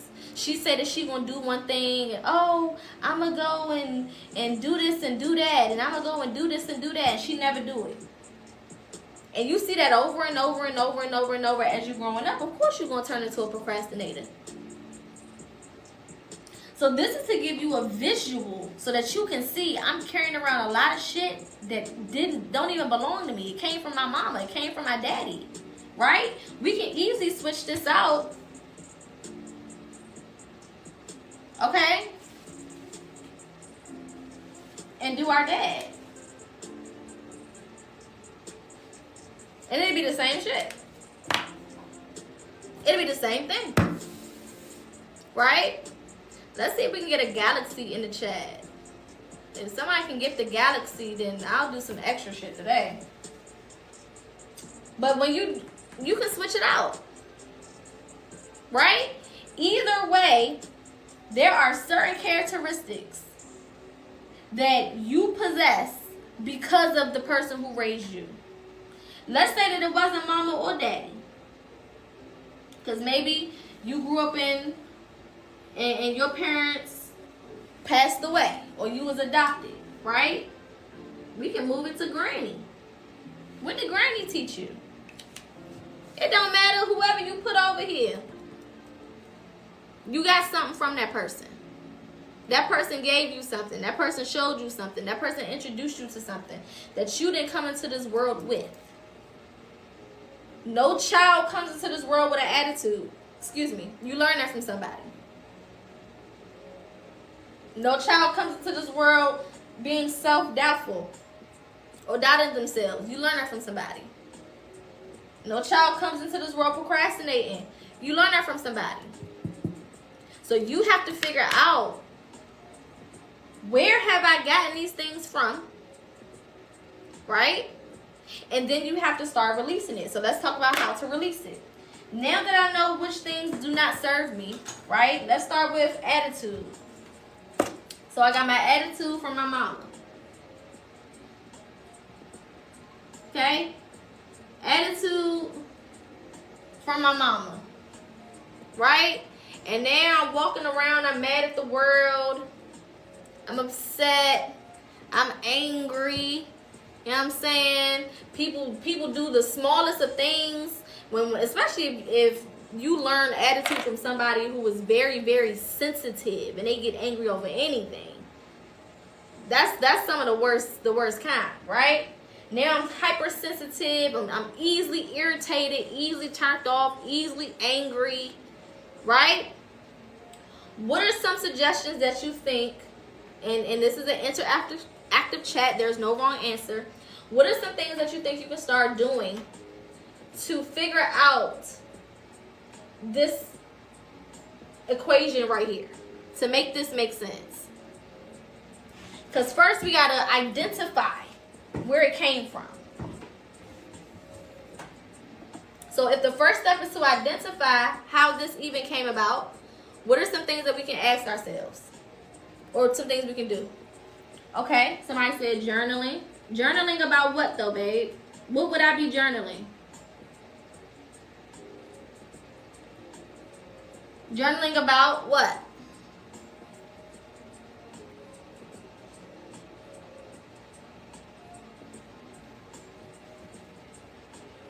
Okay. So we will put journaling about the memories of mom having an attitude. What are some of the things, what are some of the memories that come to your mind when you think about your mama having an attitude? There's going to be things that stand out more than anything, right? Like that one time I was 11 and I accidentally dropped the chicken on the ground and she cussed me out in front of all my friends and embarrassed me and it hurt my feelings so bad.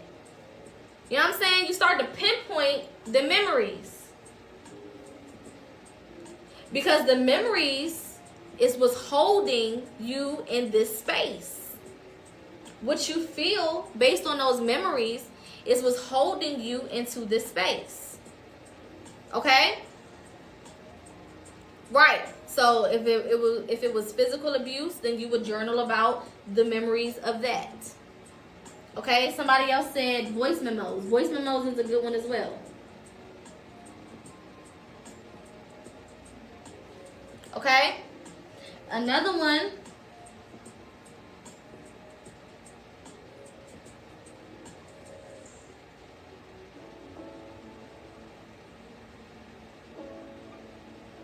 Talking to yourself out loud.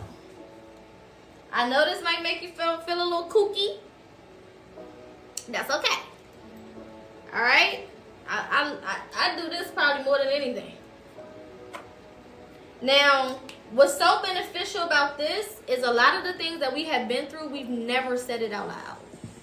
You've thought about it 24/7, 365, over and over and over again.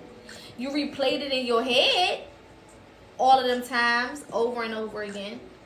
But you haven't said it. And when you speak it, you give that version of you an opportunity to tell its truth. So if this happened to you when you was 12 years old, you're giving that 12-year-old version of you an opportunity and a space to speak its truth. Because when it happened to you, you couldn't say what you wanted to say. You couldn't say how you felt, right? You couldn't be as organic, as genuine, as forthcoming with the way that those things made you feel. You couldn't be out in the open with it. If you had a mama like me, or shit, if you had any mama in the black community, usually they tell you that you're being disrespectful. You're talking back. You know what I'm saying? You're talking back. You're being disrespectful. Okay? You need to stay in the child's place. I'm the mama. You didn't have an opportunity to speak whatever it was that you felt. So saying it out loud, even if you do journal, even if, you do write it out or whatever the case is, you still want to make sure that you say it out loud. So read it back to you. Anytime you journal your feelings, your emotions, read it back to yourself out loud. Don't skip that part. Because there's freedom and there's release in that by itself. There's healing that will take place in that by itself. And take your time when you do it. Especially if it's your first time saying some of these things out loud. Because you can get choked up. And that's okay. Right? You probably will get choked up. Especially if you've never said these things out loud. It's something about hearing your own voice echo back to you these experiences. And you don't want to do this shadow work, this healing. This is something that happens behind closed doors. This don't involve nobody but you. So you don't got to worry about there being an audience and people having an opinion and people saying wop wop whoop whoop. No, you ain't got to worry about none of that. Yes, it makes things real. Absolutely. Exactly. It also puts you in the place of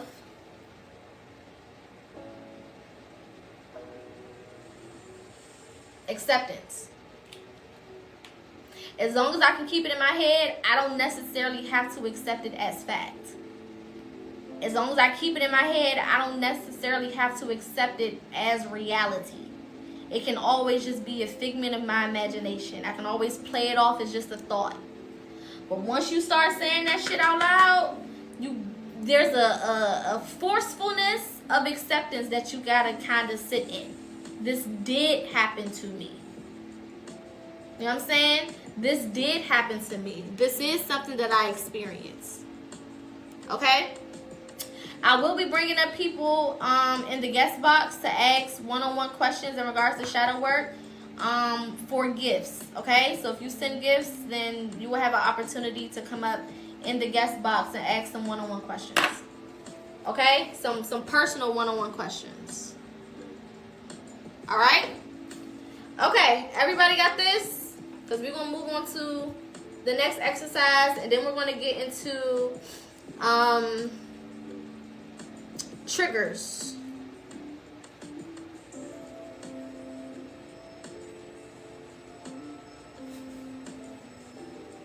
Okay? Everybody good on this part?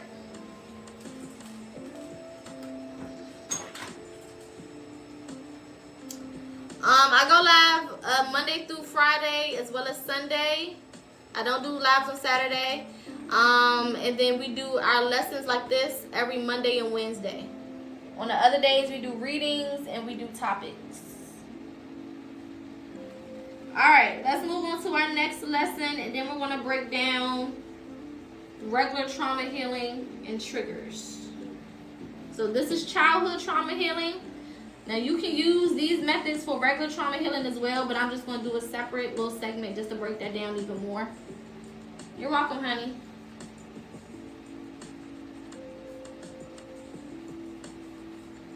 Alright.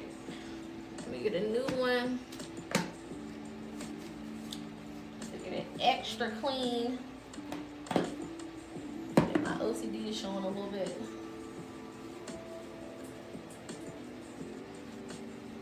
Alright. Again, if you're just joining, we are going over shadow work. Right now, we're doing childhood trauma healing, and we're going over some exercise methods in order to start that process or to continue that process, because a lot of you guys have already started. And then when you think about it, you realize that you've been doing shadow work or childhood trauma healing, and you haven't really noticed. right? There's a lot of these methods that you kind of just do already, and you just, this is more so confirmation, and that's good. Okay? All right, last exercise. This is one of my favorite ones. Burn letter. Burn letter, burn letter, burn letter. This is one of my favorite healing tools, period. This shit is the GOAT. Okay? This is the GOAT.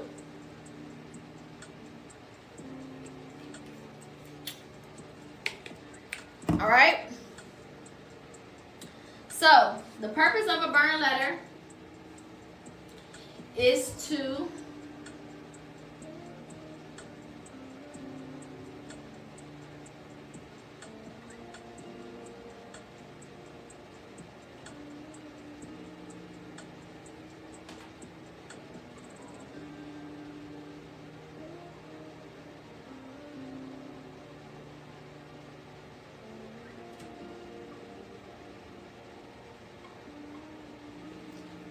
bring feelings to the surface regarding a specific person or an event.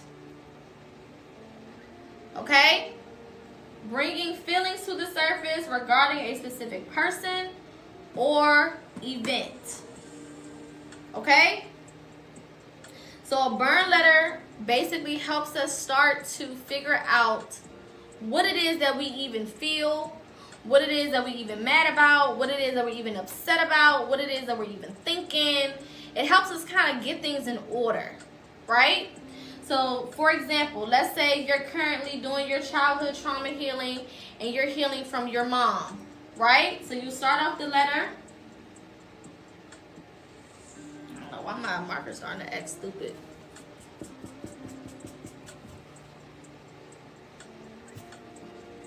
All right now.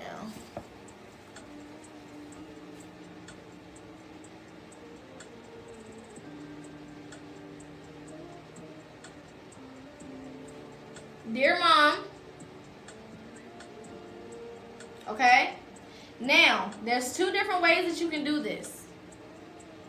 You can either start writing whatever it is that you feel, or you can make this what we call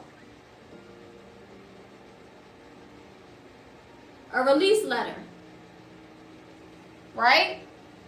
So a burn letter is what it ultimately is anyway, but this can also turn into what we call a release letter. So if you're just doing a regular burn letter, then you just say, Dear Mom, it really hurt my feelings how, what happened to me as a kid and how you wasn't there for me and blah, blah, blah, blah, blah, blah, blah, blah. Sometimes you be talking to me crazy and whatever, right? Whatever comes to your mind, how it flows, right? If you're in a release letter, then you'll say, Dear Mom, I release, and then you will start writing out the things that you release pertaining to your mom. So I release the feelings of abandonment that you caused me to feel when you left my life at 5. I release the ways that you used to talk to me and embarrass me in front of people because of whatever you was dealing with.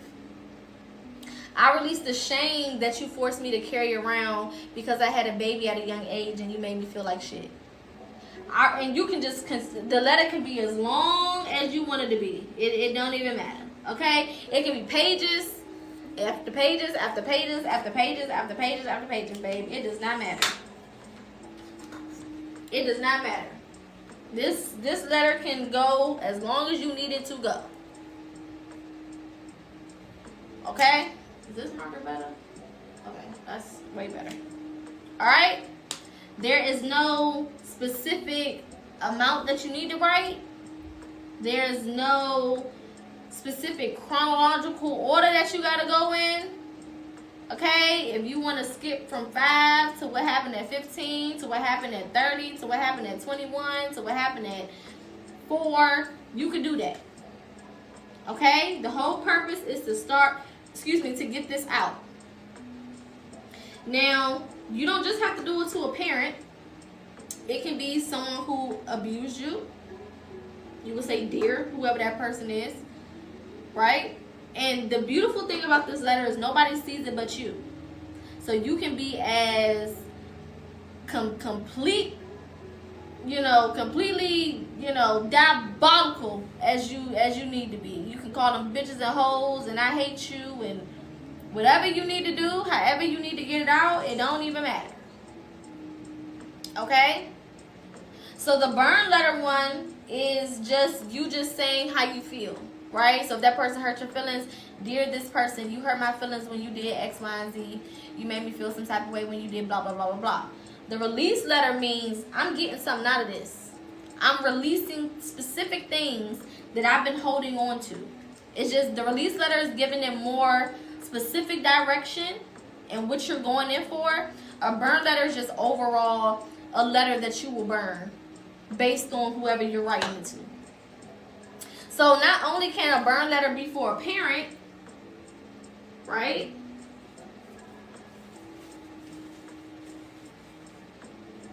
You can also say,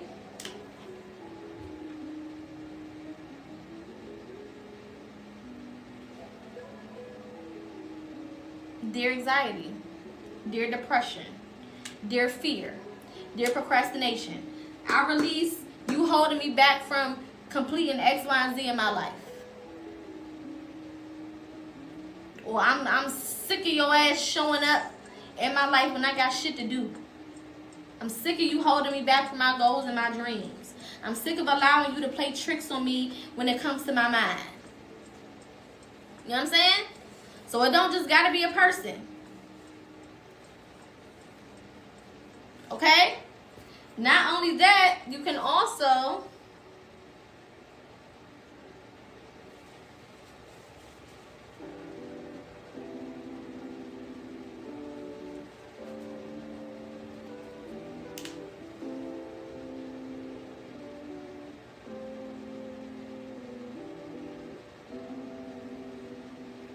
write to your past self. Dear 7-year-old me. Dear 8-year-old me. Dear 20-year-old me. Whatever version of yourself you want to write to. Okay? I release the pain that you felt when this happened to you. I release the things that you felt when that happened to you. I release the embarrassment that you felt when this happened in front of all them people. I release the abandonment that you felt when mama left us. Okay?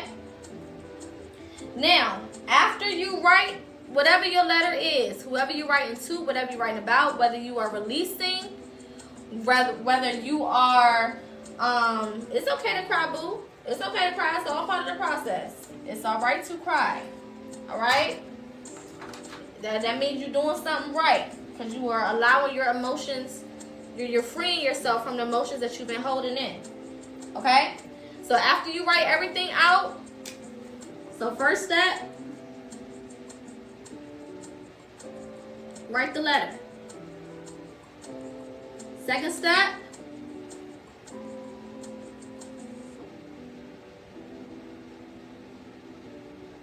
read it out loud to yourself. Do not skip this step. Because again, there's a lot of things that we may have experienced. There's a lot of things we may have written down. There's a lot of things that may be, traumatizing us, making us feel some type of way that we've never said out loud. Especially if you're doing the release portion of it. Because the power of the tongue is very much so real. We understand that. I don't care if you 2 days into your spiritual journey. I don't care if you 30 seconds into it. You understand the power of the tongue is a real thing.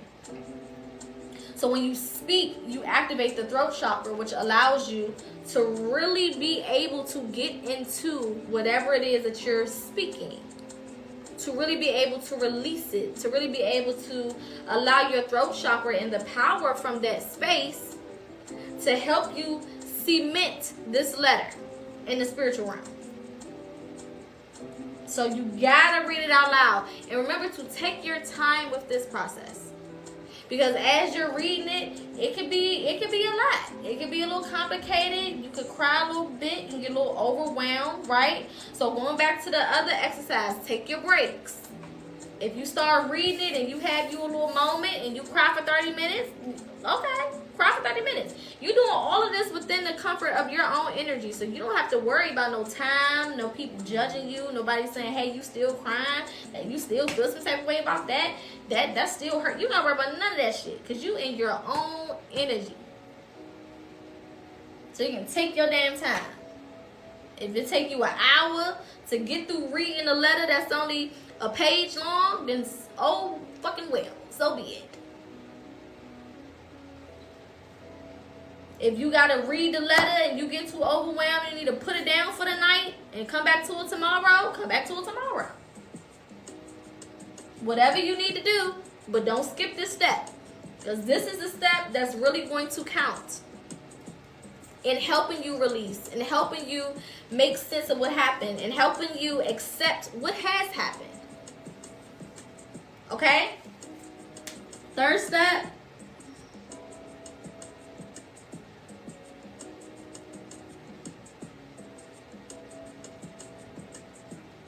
Underline safely. Safely. Okay? That means be safe. Okay? Safely burn the letter. So what I would recommend is taking it either to the middle of the street where it's concrete at. Okay, because concrete is not flammable. Alright, putting it in like a pot or something, getting you a nice big cooking pot, and you can put it in there. Something that's safe. Don't do that shit on no grass. Don't do it on top of no sticks. If you got like a little fire pit, then you can do it there. That's fine. Do the shit safe. Okay, I don't need nobody blowing up some shit and telling me, well, Poca said, Poca ain't tell you to blow nothing up. Poca did not tell you to go out there and not listen to, what's the little bear name? The fire bear? All right now. Poca ain't say all that. I said burn the letter. Not burn the house, not burn the grass, not burn the trees. Okay? So do it safely. Smokey the Bear, yes. We want to make Smokey proud. We don't want to burn down the neighborhood talking about we was doing a release letter. They're not going to be too understanding about that. Okay? And I'm not paying for shit. Alright? So safely burn the letter. Now, while the letter is burning,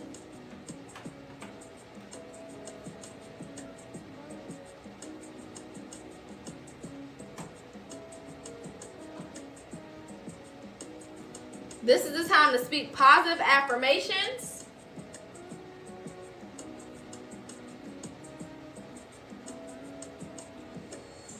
And call your power back. Hello, love. This is time to speak them positive affirmations and call your power back. So while that bitch is burning, like, I'm so happy and grateful that I'm releasing all this negativity out of my life. I'm so happy and grateful that I have, you know, moved away and that I'm growing from this point. I'm growing from these feelings. Okay, I call my power back from this person, from this situation, from anxiety, from fear, with whoever you wrote the letter to. Okay? Random question. Are your followers called polka dots? My intrusive thoughts kicked in. That's super cute. Actually, I've been, that's actually confirmation because I've been thinking about something to call my collective, and polka dots is super freaking cute. Hi, baby. Okay? Y'all want to be the polka dots? I think that's super cute. That is actually super cute. We might have to go forward with that. Shout out to you. Okay, so while it's burning, affirmations, right? Affirm yourself, affirm your power, affirm who you are, right? Now, the thing about these burn letters, it does not mean that you are going to feel 100% better immediately. You may, but you also may not. It does not mean that after you do this, that means that you have healed from that situation completely. It may, but it also may not. Okay? This is why these are called tools. So if you need to do that shit 17 times, you can do it 17 times. If you need to do it once a week, do it once a week. Alright? If you need to do it once a month, do it once a month. If you want to do more than one letter, do more than one letter. If you want to do 13 letters, do 13 of them things. Okay? And you can do it for anything. Anything. A person, a feeling, a moment in your life. Okay? Don't matter. But you do it as many times as your heart desires. I've been on my journey for almost 10 years, and I do this shit often. Okay? The burning, we know that fire not only destroys, but it also emits new energy, right? Fire is one of those things that can take something from one form and convert it into a completely different form, right? So the fire part of it is allowing us to kill off the negativity of that situation. But when we call our power back, we're restoring ourselves with positive energy that's coming from it. So it's given like the phoenix rising from the ashes, right? The ashes had purpose. The phoenix went into that motherfucker, maybe not looking the way that it looked. But when it come out of it, it's looking different, it's feeling different. Right? So we're using the fire to be transformative as well as destroying the things that we're releasing. Does that make sense?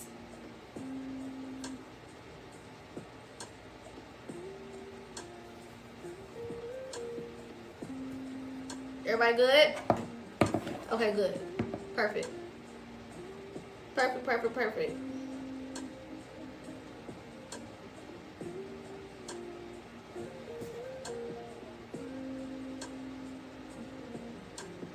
Alright, y'all get this, and then we're going to go ahead and move on to the next thing. Is this your only real page? I had an encounter with another page. Asked me if I want a reading. Any page that looks like me that asks you if they want to read it, asks you if you want to read it, that's not me. I don't inbox nobody. I have 3 pages on here.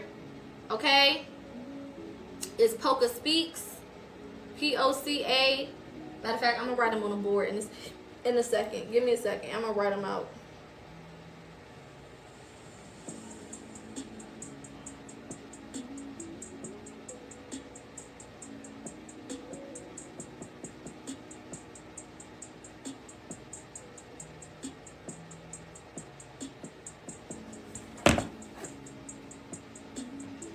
Yes, I love that for you. Okay, so these are my only pages. I'm gonna write them out real fast so y'all can screenshot it so that y'all don't get gapped. Okay?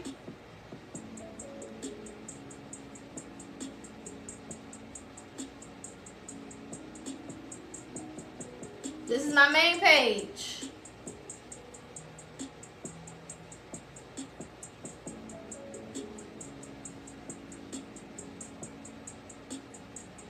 That's my second page.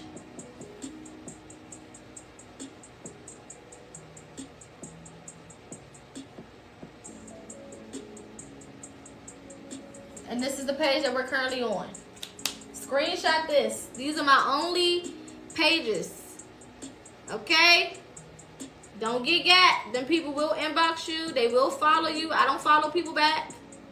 That's one thing that I don't do on purpose, because them pages will follow a whole bunch of people just so that y'all can follow them back. Don't get got. Okay? So they'll have, some of them have more followers than I got because they use this method. Screenshot that. If they inbox you, it's automatically not me. If they follow you back, it's automatically not me. No tea, no shade. Alright? Alright, so let's move on. Thank you for the gifts, my love. If you do want to send gifts, feel free to reload at www.tiktok.com/coins. Gifts are much appreciated. Alright, so we're going to move on to trauma healing. So this was childhood trauma healing specifically. Then we're going to move on to just straight up trauma healing and what that looks like, okay? The same things can be applied to childhood trauma healing, but I wanted to take some time to specifically go through childhood trauma healing because that's usually the one that a lot of people struggle with. All right.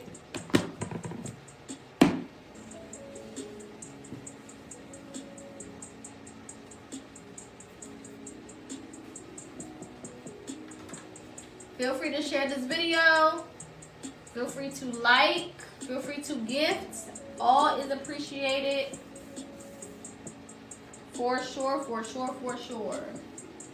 I love what I do, but I also like to get shown that it's appreciated. You know what I'm saying? Period.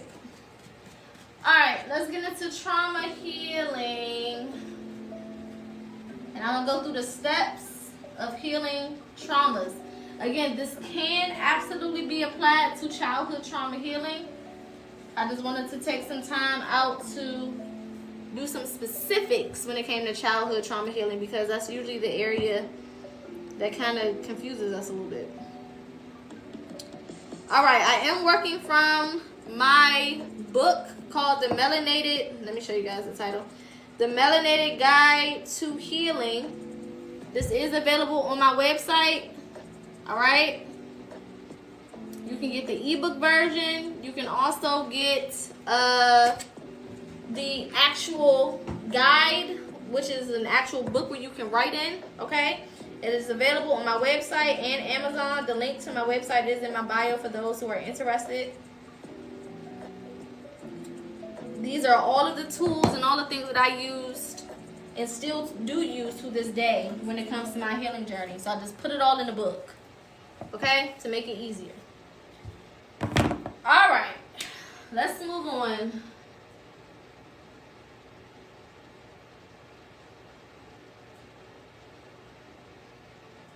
Trauma healing. So much fun. Don't we just love it? Not really, okay? But it's important. When it comes to spiritual healing and shadow work, trauma healing is definitely on the list. Yes, it in some ways is like childhood trauma healing. However, the difference is regular trauma healing goes beyond just childhood experiences, okay? Trauma healing is a broad spectrum that covers all areas of life, no matter how big or small the trauma is. Healing is necessary, okay? Now, what is trauma? Let's break it down based on definition, okay? Based on definition, trauma is a distressing or disturbing experience. That can be anything. That can be anything. Okay? Distressing or disturbing. Okay? That's the umbrella term where many things can fit up under that. Okay? Now, I will be breaking down the 4 stages of healing traumas. Okay? So, we're going to be going step by step on how to heal traumas.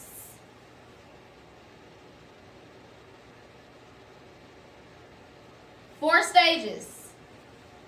Start with number 1. What do we think the first stage is? This is an interactive live, so feel free to comment in the comments what you think we will put as our first stage. When it comes to trauma healing, what do we think step 1 is?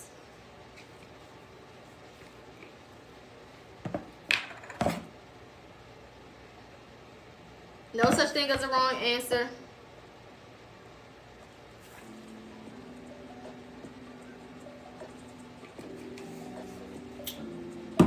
Okay. Good.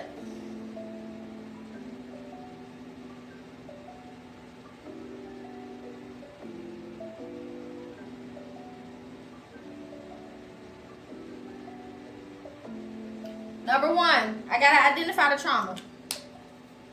I can't heal what the fuck I don't know is there. What are we even healing? What is the purpose of the process if I don't even know what's going on? Okay? The first stage of trauma healing is to identify the trauma. Alright? All traumas have a root. Going back to what we talked about in the beginning with a root. The easiest way to identify the trauma is to find the root. Okay? Now, a good place to start finding the root or identifying the trauma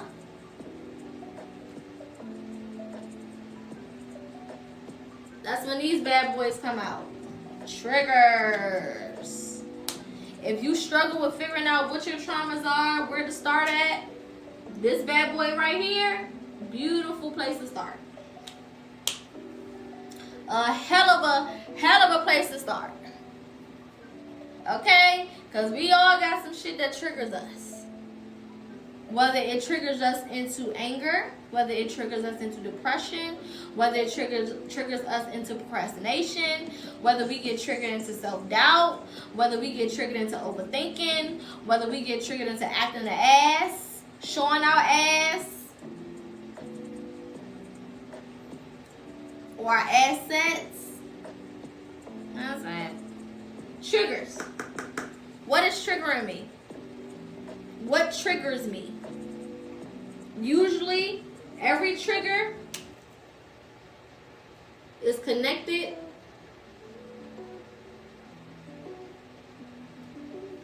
to a past trauma. Every trigger is connected to a past trauma. I don't care what it is, right? So for example, when I started working with my triggers, the first one that I wanted to work with and identify is I don't like being yelled at. I don't like when people raise their voice at me. I don't like when people yell at me. I really don't give too much of a damn what we're talking about, what the occasion is, what the situation is. Don't raise your voice at me. I don't like that, right? And I'm like, damn, why does that trigger me so much? Okay, because people can yell at me and I completely go apeshit. Whole mentality change. Whatever we was talking about, I don't even care no more. I'm not trying to keep the peace. I don't really care about peace now. Because you about to get a piece of my mind while I cuss your ass out. Because why are you talking to me like that? Right? So I had to be like, okay, why does this particular thing bother me so much? Let me try to retrace my steps back to when I first felt this feeling. Right? So I'm thinking back in my head, like, okay, when is the first time I can think about somebody yelling at me and it makes me feel some type of way? Okay, it takes me back to childhood. All right? That particular thing has something to do with my father. My father was the quote-unquote disciplinarian. He yelled a lot. He would yell at me when he got upset, irritated, mad, whatever. My mom also yelled, but my mom yelled all the time, so I kind of got used to that shit. When my father yelled, it did something different to me. Right? So I said, okay, this is connected to a childhood trauma. Now I know what the root is. So now I can approach it directly. Right? And then I can go through these steps to heal it. Make sense? So every trigger has a root connected to a past trauma. Your job is to figure out how the two things connect. That's going to take you to the thing that you need to heal. Make sense?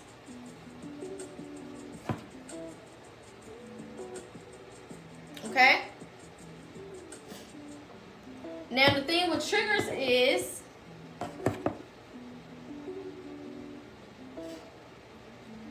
we have several different triggers for, you know, a certain part of our life, for a certain experience, for a certain person, whatever. So we can do something called a trigger awareness exercise, which is kind of like the other parent comparison exercise that we did, where we make that T shape. I'm going to put this over here. I can fit it right here. Okay? Make that T shape. And we're going to write down the trigger right here. And then we'll write down the cause of that trigger. So mine was being yelled at. And then we're going to put dad yelling at me.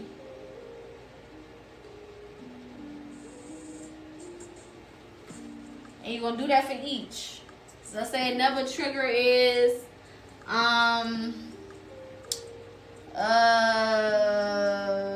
people not keeping their word.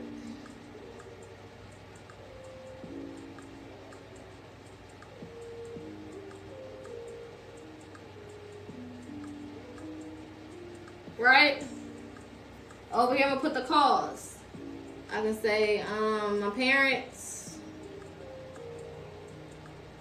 not keeping their word.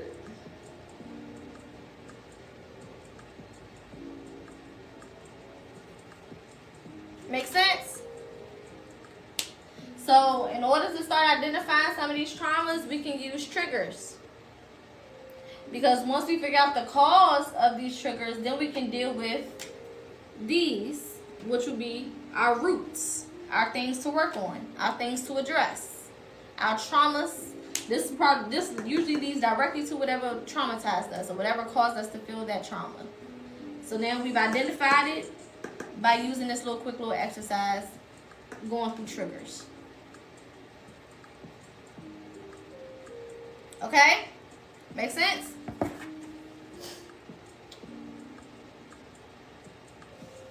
Second step, when it comes to trauma healing.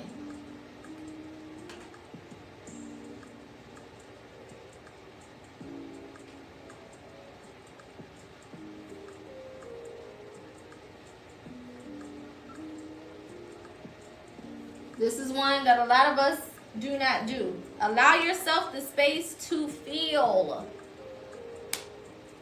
You gotta give yourself the space to feel what you feel.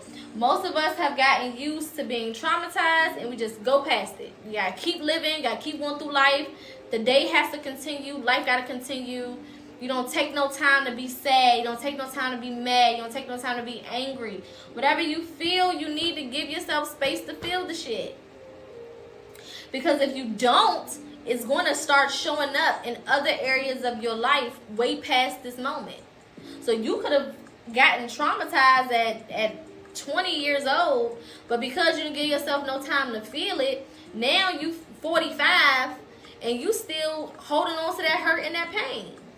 And it's coming out maybe in your attitude. It's coming out maybe in the way that you talk to people. It's coming out maybe in your relationships. So you got to give yourself the space to feel whatever it is that you feel based on what you've experienced. Okay? Energy transfer is real. Right? We know that energy cannot be created nor destroyed. All of the energy that is here will be here. So if we don't release it, if we don't feel it, if we don't recognize it, then it's going to stay put. It's not just going to disappear. You got to do something with it. Okay?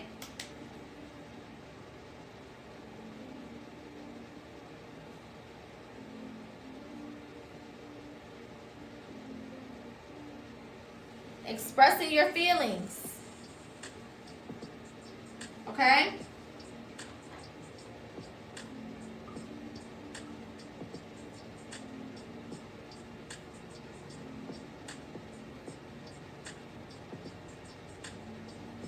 How does this thing make me feel?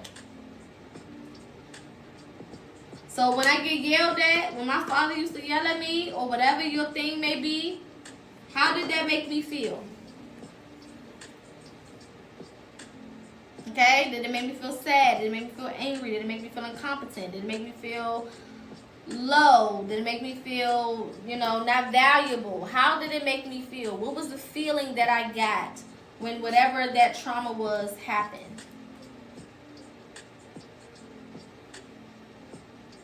Okay? And you give yourself the space to do that. So if you're thinking about it and you start crying, cry. If you're thinking about it and you get angry, be angry. One thing that I know about anger comes from those feelings not being acknowledged over and over time. People don't just start off angry. Anger comes from undealt with, untreated emotions that have gone way too long without being talked about, without being addressed, without being fixed, without being handled. Eventually, it becomes anger. Okay? So for all my people that's like, I don't feel nothing, I'm just numb. I'm just mad. I'm just upset. I'm just this. I'm just that. No, baby, you're hurt. That's what it is. You're hurting. Your feelings are hurt. You're hurt. Whatever you felt has set so long that it's hardened. Okay? Would you consider talking out loud, expressing? Absolutely. Absolutely. Yes. Yes, yes, yes.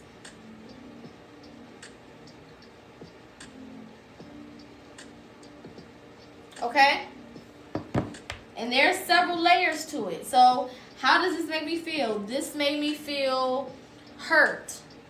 Why did I feel hurt? You want to keep asking yourself why until you get to a core point.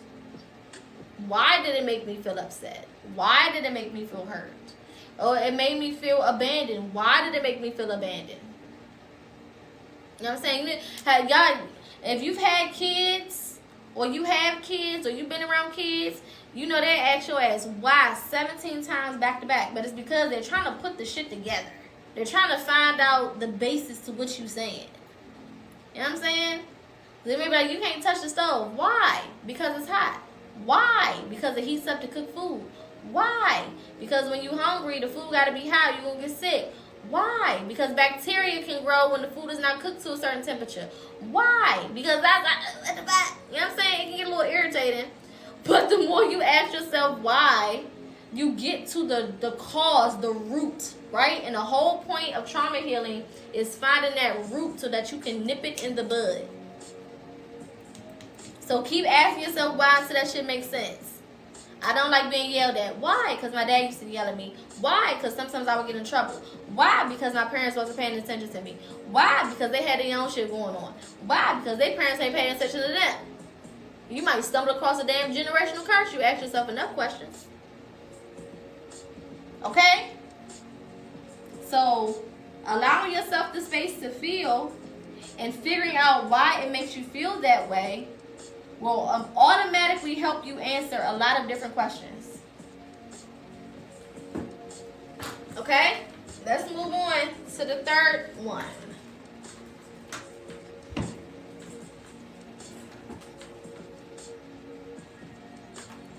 Step number 3.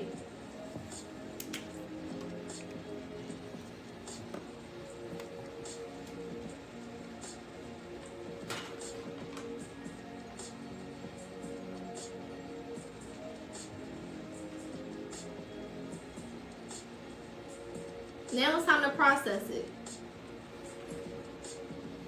I ain't put no ashes on the other guy. Now it's time to process the experience. Right? We've identified what the trauma was. We've allowed ourselves the space to feel. Now we need to process what happened. Okay? Now we gotta come to terms with what the fuck even happened. Okay? This is a part of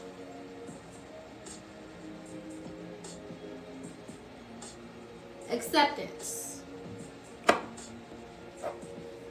Right?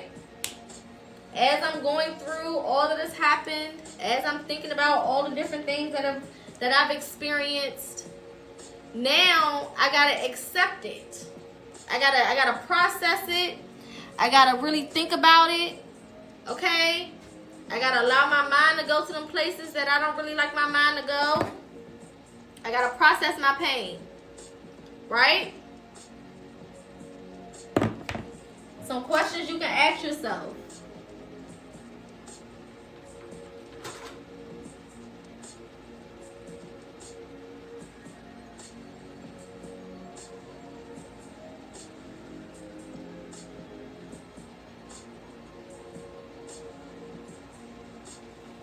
What did this experience teach me? That may not be the first thing on your mind, but it will help you process it. What did I learn from this? What is something that I can take away from this? When we start to give purpose to our pain, it takes away the sting of it all. Okay?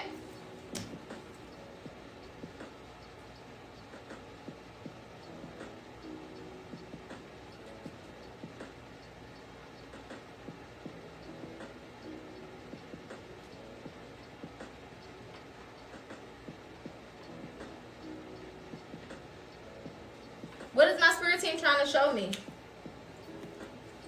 There could be something that they're trying to show me by, you know, allowing me to point out this trigger, allowing me to go through the process of feeling it and bringing it to the surface. What are they trying to show me? Okay? Where am I going that requires me to process this? Right? Maybe I'm about to have children and all of a sudden these things are coming up. Or maybe I already have children, but it's time for me to, you know, parent better or be a better version of myself. Maybe I'm going into my shadow work journey. I'm starting my healing process. And this is the first place that they're taking me. For what reason? Right? When you make sense of it by processing it, it helps you accept what has happened. Because if you just thinking about it like, damn, I done went through all of these traumas and dealt with all of these experiences and had all these different things happen to me and it was just for no reason, you're not going to want to hear none of this shit. It's going to feel like somebody beating you up every time. It's not going to feel good. It's not going to feel useful. It's not going to feel like it had a purpose. It's just going to be like, all this shit was for no reason. You know what I'm saying? It sucks, right? When we ask that question, what did I learn? Could that include processing bad things you learned? Yes. So it's all about figuring out what it was all for, right? Maybe you were abandoned so that you wouldn't abandon your children, or so that you wouldn't allow them to feel that way, or so that you can clean it up for the bloodline. A lot of y'all call yourself generational curse breakers.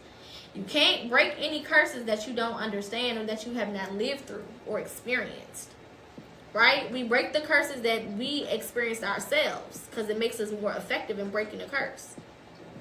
Right? It's like I can't give a crackhead advice because I ain't never been on it. So when they going through the shit that they going through, I can't really help them because I'm not speaking from experience. So a lot of times if you think that you are a curse breaker, you have to go through some of the things that you're going to break the curses for so that you can do it from a one-on-one experience, first-hand experience. I live this, I breathe this, I understand the intricacies of this thing, and I'm going to tackle it. Okay?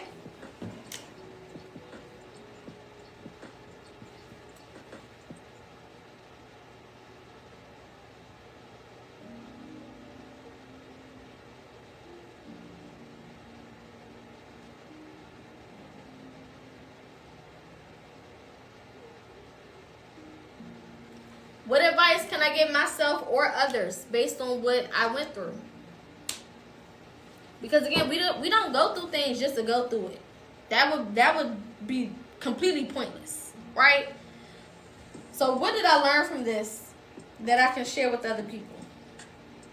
Or that I can give to myself? What has this taught me that I can take and not only use in this part of my life, but also in this other part of my life? You know what I'm saying? If you're just joining, we're going over shadow work. Right now we're working on trauma healing and we're going through the 4 stages of healing traumas. I'm going to do a recap once we get done with number 4. So stick around for that. This is a live-based community, so definitely a gift-based community, so definitely feel free to gift. If you need to reload your gifts, you can go to www.tiktok.com/coins. And it will allow you to reload so that you can show your gratitude for the space. All right? So after you get done with processing the experience and making sense of it all, why did it happen? You know what I'm saying? What was the purpose? What did I learn? What advice can I give based on it? Whatever, wop de wop and whoop de whoop. Okay? Then we're going to do our last step. What do we think the last step is? 4th step. What do we think the last and final step is after we've gone through identifying the trauma, allowing ourselves to feel, and processing the pain or processing the experience? Good job.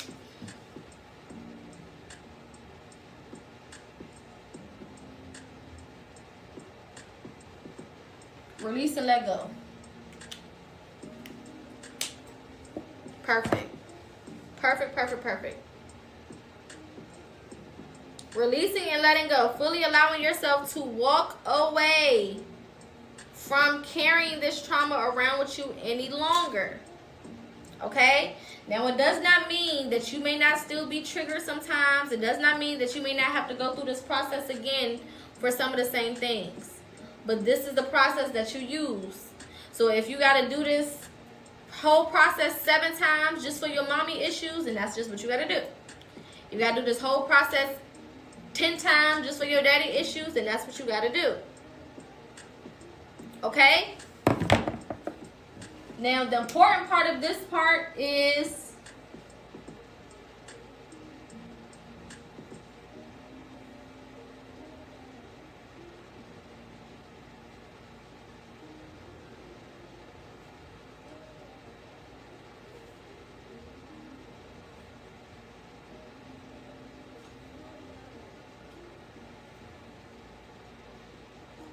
you releasing negativity, but we're keeping the lessons. I'm releasing the negative parts of this, the things that no longer serve me, the things that hurt my feelings, the things that make me feel some type of way, the things that are negative, low vibrational, all of that. I'm throwing that shit away. I don't need that.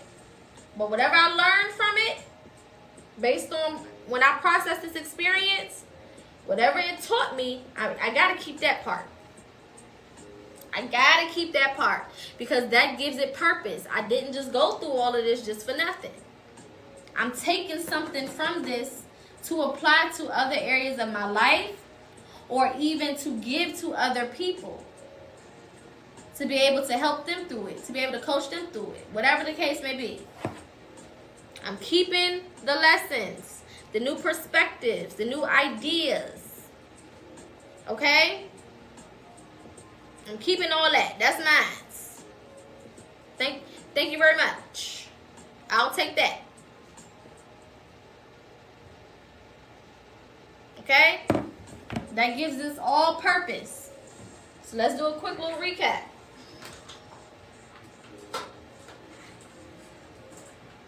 Alright? 4 stages to healing a trauma. Now this can apply to your adult traumas. This can apply to your childhood traumas. It don't matter. Okay? You identify the trauma first. A method of identifying the trauma is triggers. Triggers are connected to past traumas. For each trigger, I figure out what caused that trigger. So if my trigger is being yelled at, where did that come from? It came from when I was a kid and my daddy was yelling at me. That helped me identify that trigger. If one of my triggers is people not keeping their word, where did that come from? That come from when I was a child or when I was 20 and this person said that they was going to do something for me and they didn't do it. And I've been traumatized ever since. It's been affecting my relationships. It's been affecting my friendships. It's been affecting my connections. So on and so forth. Right? After I figure out what the cause is or what the root is, I want y'all to really remember this word. Root. That needs to be your favorite word, okay? Once I identify the root, then I'm going to allow myself to feel whatever that makes me feel. How does that make me feel?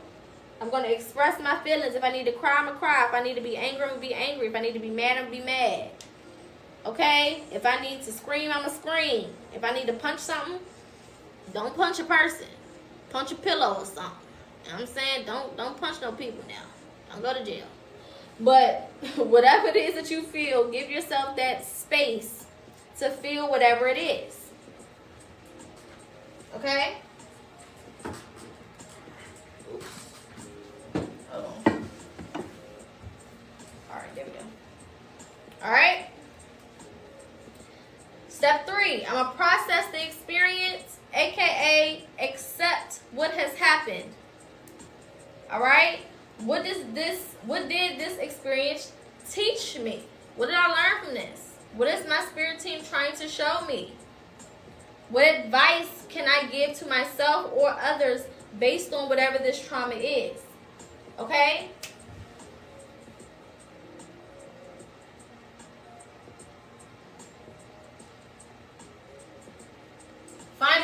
purpose in our pain. Finding purpose in that pain. That pain got purpose, babe. And your job is to figure out what the hell was the purpose of all that. So that I can do what I need to do with it. I can take whatever I need to take from it. I can make whatever happen. Whatever needs to happen, happen. So on and so forth. And then final, release that shit. Let it go. Now, am I releasing everything? No. Only the negativity of the experience. But I'm keeping them lessons. I'm keeping whatever it taught me. I'm keeping whatever it showed me. I'm keeping whatever it has helped me with. Okay? Well, whatever the case is. I'm keeping all that shit because I need it. Alright? After you finish this stage right here, I would recommend doing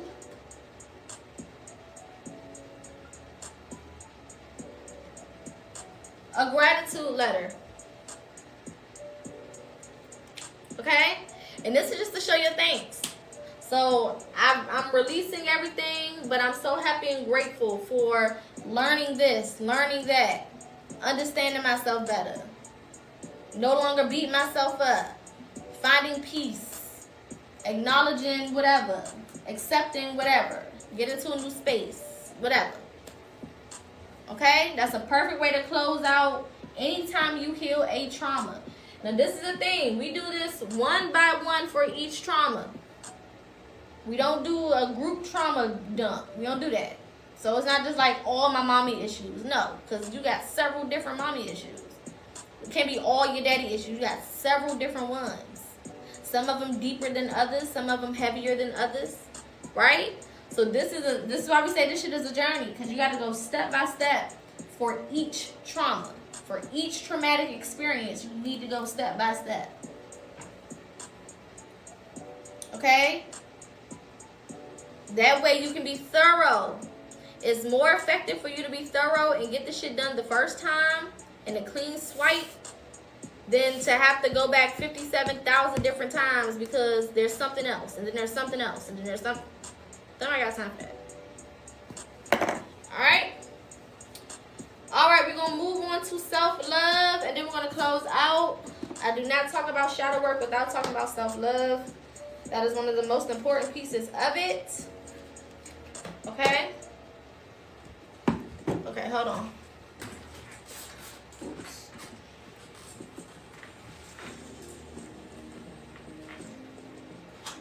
Better? I know it's a little glow in the middle. I'll be trying to get the glow off of the board so y'all can see it.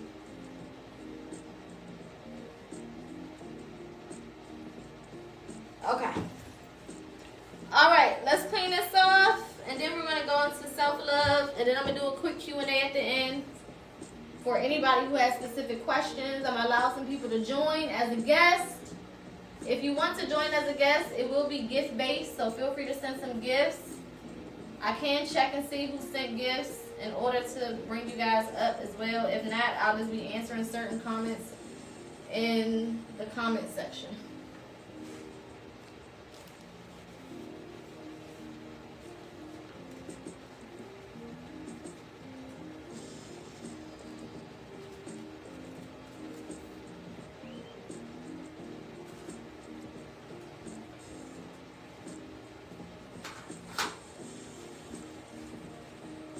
If you're still here and you've been here the whole video, shout out to you. Thank you for sticking around. If you came in a little bit late and you missed the first part, feel free to subscribe to my YouTube. It is linked in my bio. Everything will be posted there. Okay?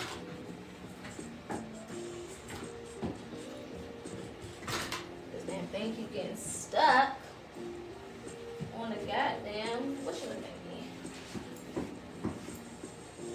Okay, there we go. Thank you so much. All right. Our last lesson for the day is one that we all need. self-love. Self-love, self-love, self-love. You cannot get none of this done if you are not in a space of self-love. It's not going to work.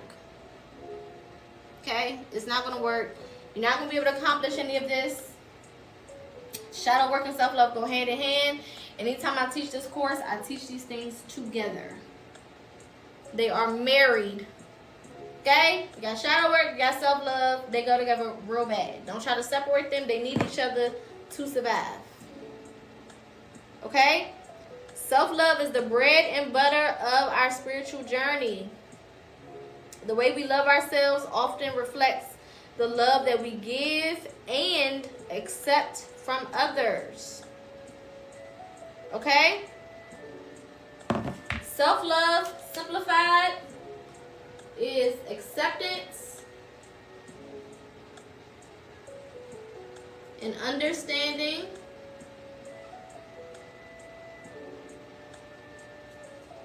of self.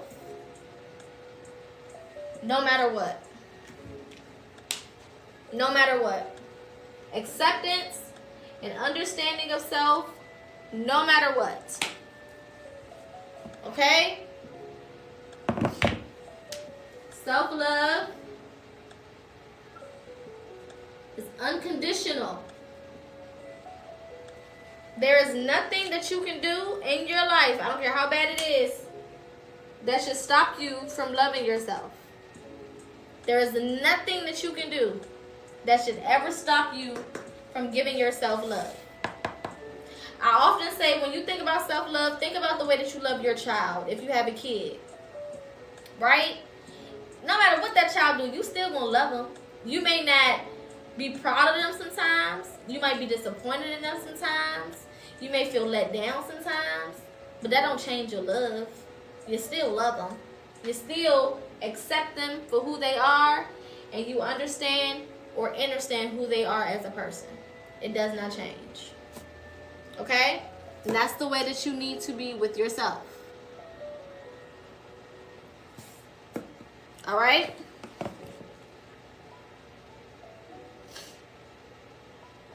You have to accept everything about you as is.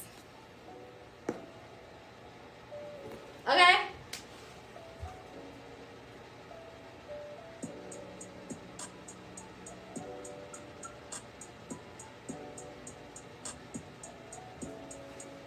Accepting yourself as is comes before changing yourself for the better. If I don't accept myself for being 300 pounds, I'm never going to be 150. If I don't accept myself for having a big ass mouth and talking too much, I'm never going to get to a place where I know how to say things at the right time in the right space. If I don't accept myself for being more charismatic than the people in my family, I'm never going to give myself permission to live in my truth. I gotta, even if I want to change the things about myself, I first have to accept them as who I am, or part of who I am first. This is why you see a lot of people, let's say if we're dealing with weight, okay, because weight is one of the biggest things, or self-perception is one of the biggest things that people struggle with, whether you're male or female, right? If you're too skinny, or if you feel like you're too big, people tell you need to eat more, or you need to get in the gym. Well, you can eat as much as you want, or you can work out as much as you want, but it's not going to be effective unless you accepted yourself as you were first. You cannot go change for anybody outside of yourself. So this is why you see people try to force themselves to do diets, force themselves to eat a whole bunch of food, force themselves to do all this type of shit, and nothing works because they're not really in it for themselves. They're doing it because somebody else recommended it. Right? So you're not really giving yourself, you know, a full shot. Okay? I had to accept the fact that I had an attitude problem before I can fix my attitude. I had to accept the fact that my face says it all before I can start to pay attention to my facial expressions. And these are personal things that I'm still working on. But I had to accept the fact that I have these things wrong with me first. Okay? This goes back to identifying. I gotta identify the things that make me who I am before I can start to change them for the better or whatever the case is. Okay?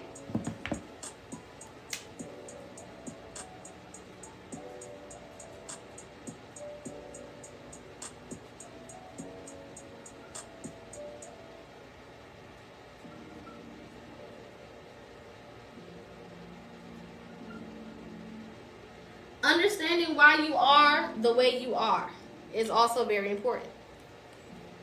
Right? I got an attitude problem because my mama had an attitude problem. So I can't keep beating myself up about it. I can acknowledge it for what it is, where it came from, and do the work. Right? I talk to people nasty because that was the only way that people taught me how to talk to people. They didn't teach me how to communicate. So I got to give myself a little bit of grace while I teach myself how to communicate more effectively. I have to understand why I am the way that I am. Before I can change it, before I can fix it, before I can do anything, I got to first understand how we got here. And that will help me love myself more. Because a lot of times we beat ourselves up about certain things. That's because we're not taking time to understand ourselves. Right? I used to be very upset that when I was younger, I would continuously attract the wrong type of men and the wrong type of relationships. But then I had to realize and understand, like, baby, you never seen a healthy relationship in your life. My mom and my daddy was married for 2 months. It don't get more unhealthy than that. You know what I'm saying? What the fuck? I have to cheat on each other over and over and over and over and over again. My grandparents, one side of my family, my grandfather left my daddy when he was young. Then on the other side of the family, my mama's side, my granddaddy left a whole family in South Carolina and came and started a new one with my grandmama. That's not a healthy damn relationship. Right? So when you understand yourself, when you understand why you are the way you are, when you do some background homework on yourself, it helps you love yourself and appreciate yourself a lot more because you're not going to be so hard on yourself. That understanding gives you grace and compassion for yourself.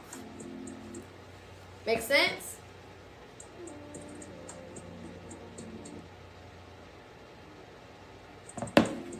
Okay? Next thing.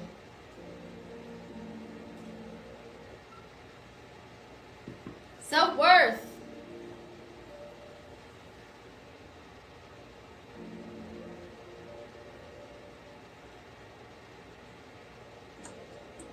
What do I deserve?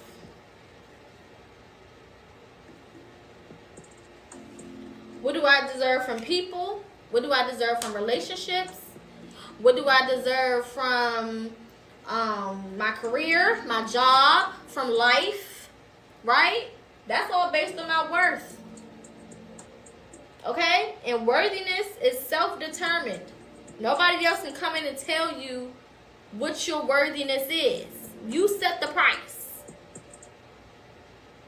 Okay? You set the price for your worth.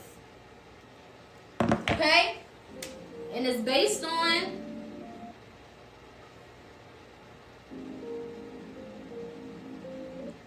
the way I view myself. Let me write that better. Make it make sense.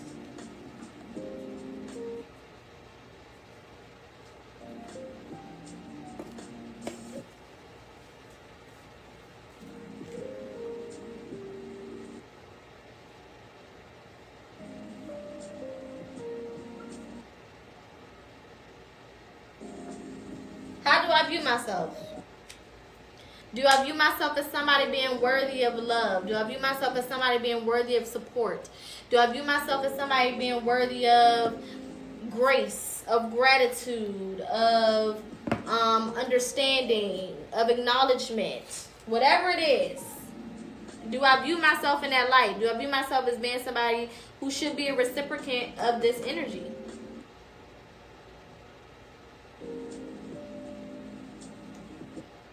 Okay? For example, if there's a necklace that costs $10,000 and I go into that jewelry store and they say, hey, this necklace is $10,000, I can't be like, well, I got 5. I got 2 grand. You know what I'm saying? Work with me. They could be like, no, we said 10,000. Because they set their price. They set the price. I can't come in there and change their mind based on what I think. Right?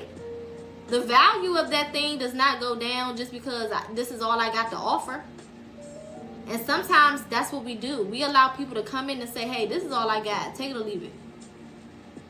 And you allow your self-worth to go down just so that you can have that person in your space, just so you can have that love or what you think is love, or so you can have that support or what you think is support. You'll just take them crumbs, even though you're worth millions. You'll take them crumbs out of desperation, out of lack of self-love, understanding of self, acceptance of self. You feel like, oh, I'm not that worthy because I'm big, or I'm small, or I'm skinny, or I'm chunky, or I'm ugly, or I got a big nose, or I got a big face, or I got a double chin, or I got an extra belly, or whatever. Okay, whatever you think about yourself starts to affect your self-worth, which means that you will allow your value to go down and for people to give you things that you are not even worthy of having. Accepting way less than you are worthy of receiving. All because you don't know your worth, or you're judging yourself based on the things that you've experienced and not being unconditional in your love, or not having that understanding or understanding of who you actually are beyond the trauma. So this is why trauma healing, self-love, self-worth, all that should go hand in hand. Because if I'm using my trauma as a determination of my worth, I ain't gonna be worth a damn. Right? So in order to get my self-worth together, so that I can love myself better, I gotta go through these traumas and figure that shit out. I gotta start identifying these traumas and learning whatever lessons I need to learn, and taking from it whatever I need to take from it. Okay? Another part of self-love, and this is one that y'all need to really practice a lot more.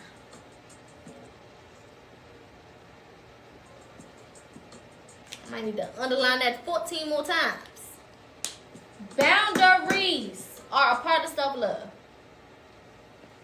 You don't love yourself if you ain't got no boundaries. I don't care what nobody said. I don't give a damn. I don't give a damn. Anything important has a boundary. I cannot go to the White House and just walk in there and be like, what's up, Trump? How you doing?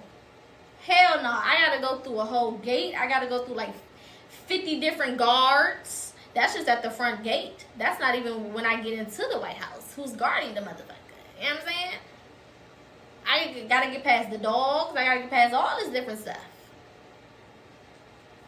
I can't just show up and just walk in. Hell nah. If I try to hop the fence, they got the electrical thing up there. They got the barbed wire. There's so many things keeping my ass from getting up in there because they got boundaries. Okay? Not only do you have boundaries,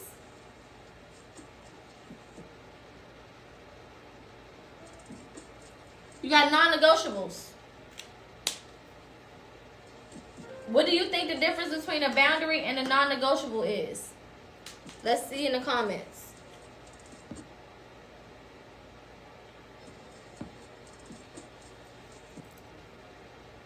What is the difference between a boundary and then a non-negotiable? No wrong answer.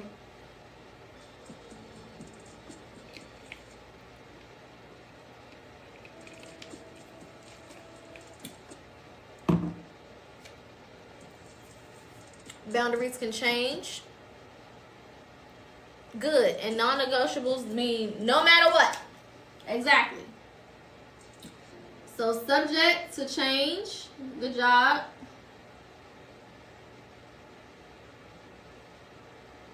And these are no matter what or who. Period. Ain't no negotiating. Ain't no maybes. Ain't no possibilities. Give me another chance. One more time. Hit me, baby, one more time. No. None of that. No means no when it comes to non-negotiables. Boundaries means sometimes they can change, and it also means you can get chances. Right? Boundary means I'm extending you a chance. Now this is my boundary. Just in the event that you hop over this fence, it might be a little fence. Now I'm gonna check you on that shit. I'm gonna let you know, hey, you hopped over the fence. I said don't hop over it. Now that's strike one. Don't do that shit no more. Now sometimes boundaries can turn into non-negotiables. Because bitch, you done crossed this line too many times. There's no going back now. You've lost access. Access denied. Now I done told you multiple times that this is what it is. You didn't listen. You did what you wanted to do, and now your ass is grass. Okay? Period. Boundaries teach us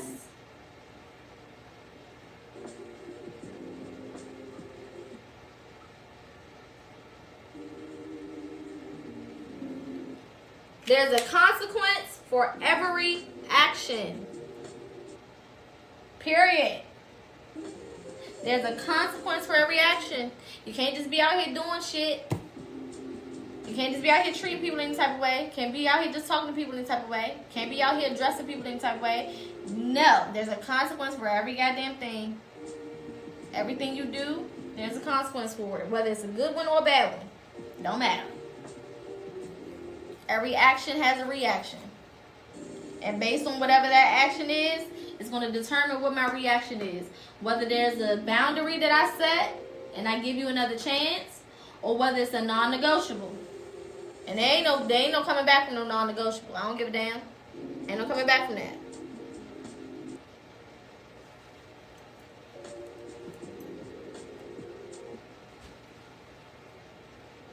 Okay?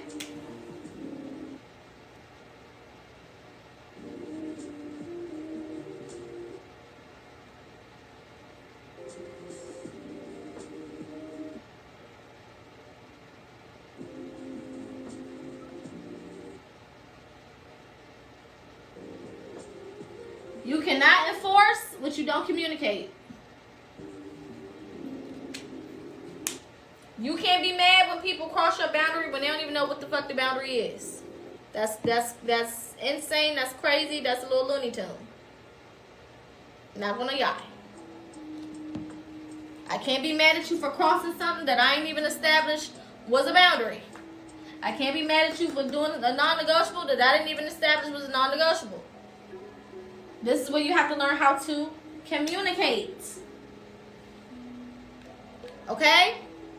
I can't be mad at you if you did something that I didn't share with you, that I don't like or that I don't accept or that I don't tolerate. And we do that a lot. We get mad at people for doing shit that we ain't never explained to them that we don't like. You got all these traumas. How am I supposed to know all of them? You got all these triggers. How am I supposed to know all of them? I don't know. I just met you. I don't care if I've known you for 10 years. You've been on this earth for 30 or more. There's no way I know every single thing that's going to affect you in a specific type of way. Right? So when you feel triggered, when somebody has stepped over a boundary, it is your job to communicate to them. Hey, you know what I'm saying? I don't like when people be yelling at me. You just yelled at me. So moving forward, please don't yell. We can continue this conversation if you choose. I don't mind, but if we do continue it, you gotta stop yelling at me. You gotta talk to me nicer. Okay, talk to me better. All right, and we can continue. And if you yell again, we're not talking no more. I'm cutting this conversation short, and maybe we can save it for another day when you learn how to not yell. And if you keep yelling, then I'm good on you completely. You can go to hell, because I done communicated this shit to you multiple times. All right, consequence for each action. All right? So we're going to make a chart to help us with this. You're going to make 3 boxes.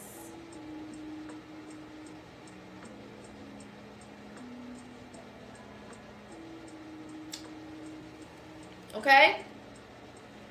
In this first box, I don't know why my damn markers is going in and out like this. Let's see if this one want to work now.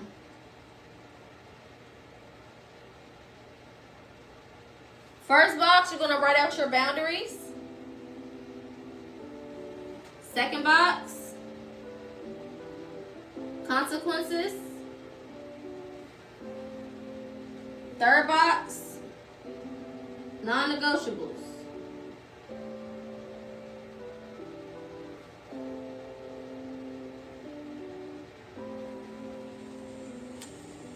Okay? This is an exercise that you can do. So my boundary is yelling. Then my consequence could be to discontinue the conversation.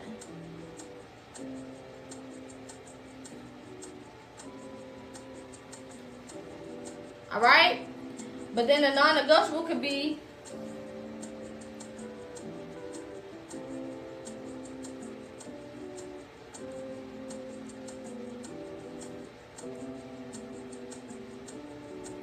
putting your hands on me. Ain't no coming back from that shit. You touch me once, it's a wrap for you, baby. Ain't no coming back from putting your hands on me. I don't give a damn. I don't give a damn. I don't give a damn. I don't give a damn. I don't give a damn. I don't give a damn. I don't give a damn. I don't care. I don't care. I don't care. I don't care. I don't care. I don't care. I don't care. Right? Non-negotiables means I don't give a damn if this was your first time. I don't care if you just met me yesterday. The minute you do that shit, your ass is grass. It's a wrap. All right? Let's do a quick review. Self-love. Acceptance and understanding of self. Accepting myself for who I am as I am first. Self-love don't mean I'm just going to accept myself for who I am and I'm never going to change. It means in order for me to change and make actual change, I first have to accept myself for who I am, the way that I am in this moment. And understanding myself for who I am, the way that I am in this moment. Self-love is unconditional, meaning there is nothing that you can do or say that should stop you from loving yourself. You can be disappointed in yourself. You can be upset with yourself. You can be sad. You can feel whatever you want to feel. But you still got to be giving yourself that love, that acceptance, and that understanding. Okay? Understanding why you are the way you are. What happened to me to make me have an attitude problem? What did I experience to make me have abandonment issues? Whatever it is. Okay? What happened to me that made me gain this weight or lose this weight? Okay? Self-worth. What do I deserve from people, from life, from my job, from my career? Okay? Whatever. Okay? It don't matter what it is. What do I deserve in all areas of my life? You need to know that. And this is based on your acceptance and understanding of self. All right? How do I view myself? Do I view myself as somebody who is worthy of having good things? Do I view myself as somebody who is worthy of being in a relationship that's healthy? Or whatever the case is? How do I view myself? All right? How do I scale my worthiness? Boundaries. Boundaries are subject to change. Boundaries also come with chances or opportunities to redeem yourself. Okay? So boundary means, hey, I might tell you one time and you may get it wrong. I'm going to give you one more chance. I'm going to give you two more chances. It's up to the type of person you are and the type of boundary that it is. Right? Or I had this specific boundary when I was 20. Now that I'm 40, that boundary has changed. This is something completely different. Okay? Non-negotiables. No matter what or who it is, this is what it is. Your ass is immediately grass once you come for my non-negotiable. You put your hands on me. You call me out my name if it's a specific thing. You know what I'm saying? You do something to my kids. You do something to a family member. You know what I'm saying? You get me fired. I don't know. Whatever your non-negotiables are, whatever they look like. There's a consequence for every action, so don't feel bad about putting these two things in place. Everything has a consequence. Like I said, I can't just jump over the White House gates and expect to just go home. No, they gonna lock my ass out. Question me for a couple days. Who sent you? Where you came from? Are you a spy? Who are you? Who knows when I may go home? Okay? The person who is on the other end of the consequence doesn't get to determine what the consequence is. You don't get to determine my consequences for me, especially if you're the one who broke the damn boundary or the non-negotiable. You don't get to sit here and dictate what my response is to that bullshit. Okay? You can't enforce what you don't communicate. If people do not know what your boundaries or your non-negotiables are, it's not their fault that they broke it. Simple as that. I can't get mad at you for doing something that I never explained to you was a bad thing. Going back to in the beginning when we talk about morals and values, everybody's morals and values are different. So they may think that it's okay to cuss your ass out and that y'all just can be cool later on. They may think that's a normal thing. Oh, girl, yeah, all my family do it. We be fighting each other and everything. I got a person in my family who was married into my family. And based on their family, they thought that fighting each other and cussing each other out and all that shit was normal. They thought that was just like a normal day. Like, oh, yeah, that's what we do. Shit, you mad at me, I'm mad at you. We gonna fight. We gonna throw the hands. We gonna argue. We gonna call each other bitches and hoes and whatever. And then we gonna be cool. I said, not over here in this family, we don't do that. We don't put our hands on each other. We keep our hands on ourselves. That's a non-negotiable. The minute you touch me and my family, bitch, I don't know you no more. You know what I'm saying? You are no longer family. So you can't enforce what you don't communicate. You gotta be open because a lot of people are coming into your life from other places. It's like when you go to a different country, right? Think of your boundaries and non-negotiables as like laws and rules. If I go to Spain, right, and I do something that is against their law, they can lock me up. It don't matter if I can do that same thing and get away with it here in the U.S. I can't be like, oh, but I do it back home. They be like, okay, but you're not home. I don't care what you do at home. You're over here in Spain. We don't do that shit. Okay? They can lock my ass up for however long they want to because I'm on their ground. I'm in their territory. I'm on their turf. So they can play it however they want to play it. Same thing with you. You are a country. Okay? And your rules and your laws is your rules and your laws. And you got to communicate them to people so that people know what rules and laws to follow. Period. Okay? This graph here at the bottom is going to help you start to identify what your boundaries are, what the consequences to that boundary is. Okay? And then, of course, you have your non-negotiables. Your non-negotiable means there is no coming back from these things. Once you do it one time, that's a wrap. It is what it is. Even if I explained it or not, even if I communicated it or not, you put your hands on me, you should know to keep your hands to yourself. I don't care if I don't give a damn if nobody taught you that or not. You come over here doing that shit, you're done. Non-negotiables mean I don't need to understand your background story and where you came from and how you was raised. I really don't care. You shouldn't have did what you did. That's just that on that.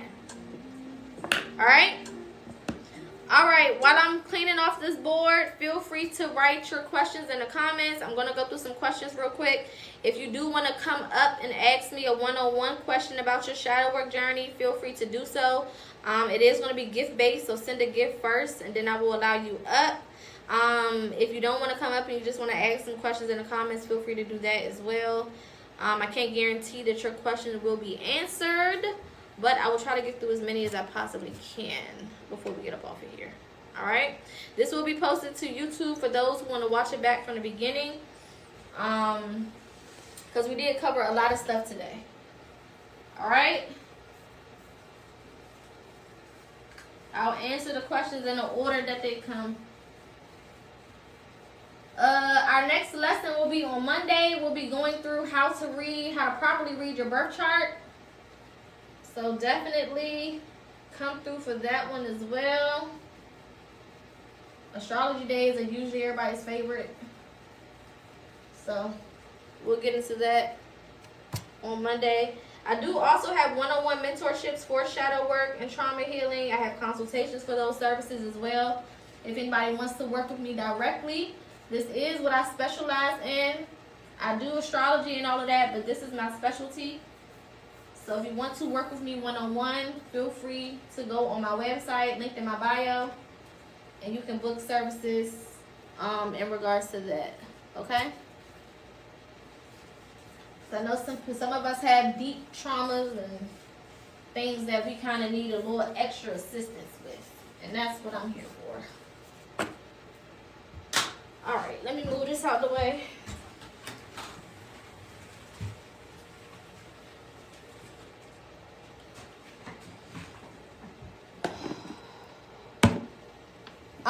I do offer birth charts and birth chart breakdowns on my website. Yes.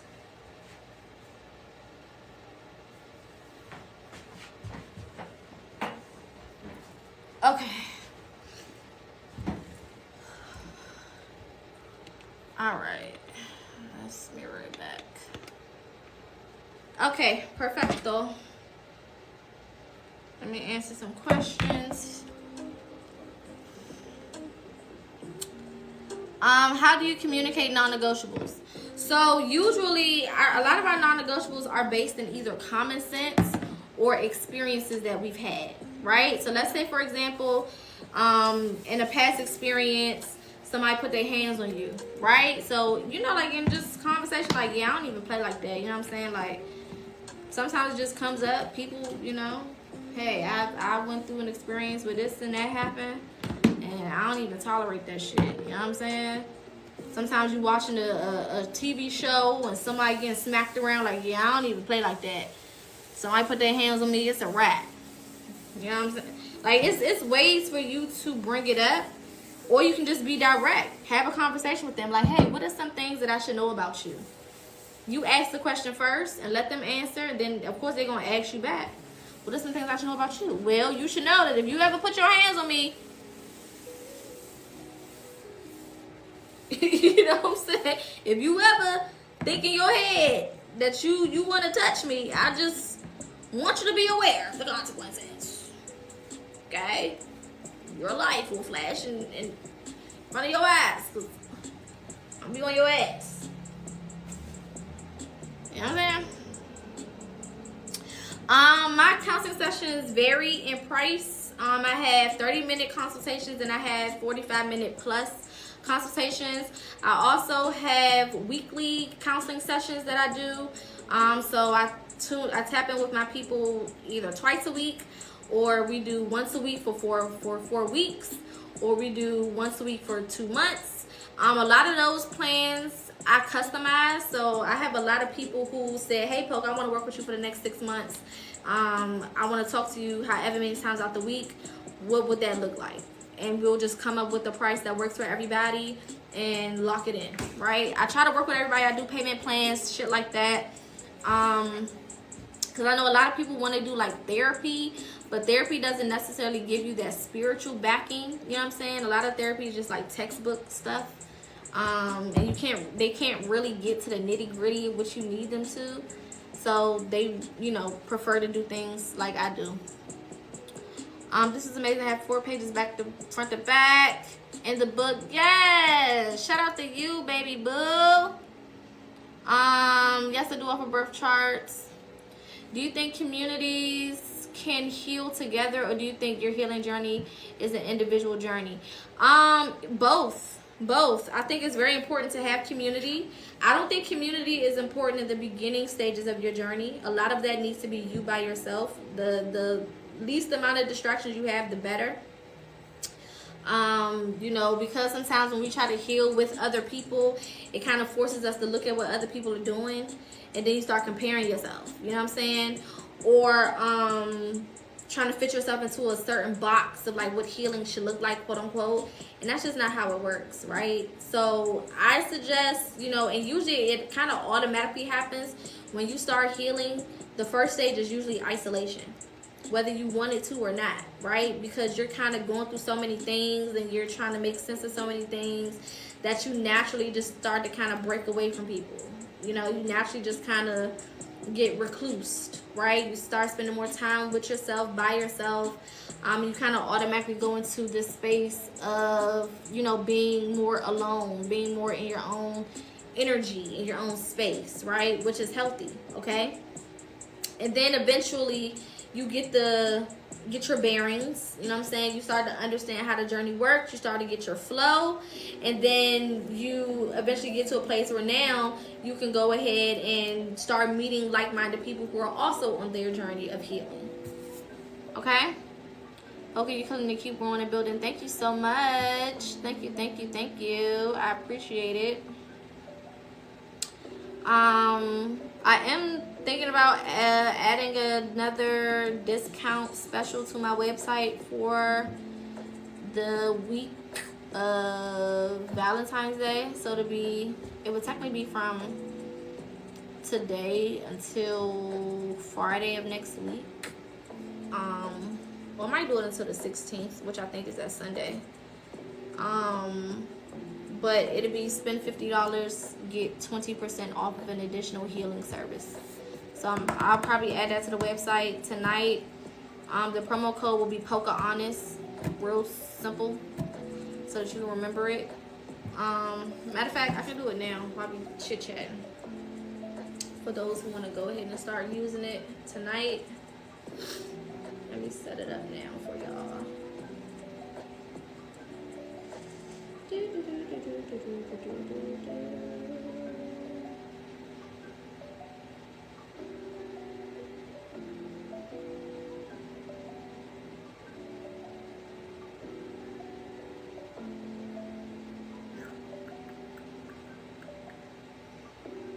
Start date will be today.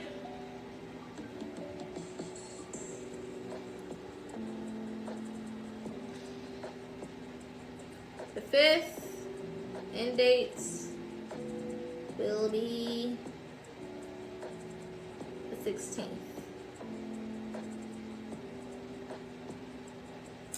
You mean what is my website through? Is that what you're asking? The hosting site? Or what are you asking me, babe? So I can get it right. I'm gonna change this promo code. Ooh, my ear just started ringing.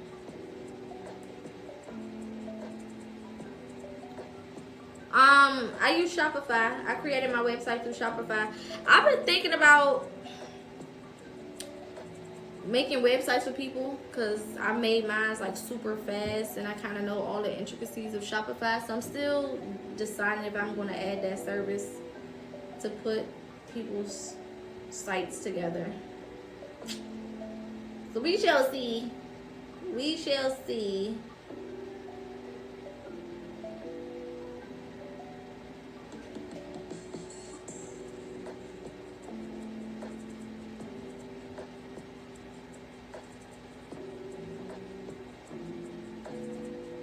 I said add it. I'm thinking about it.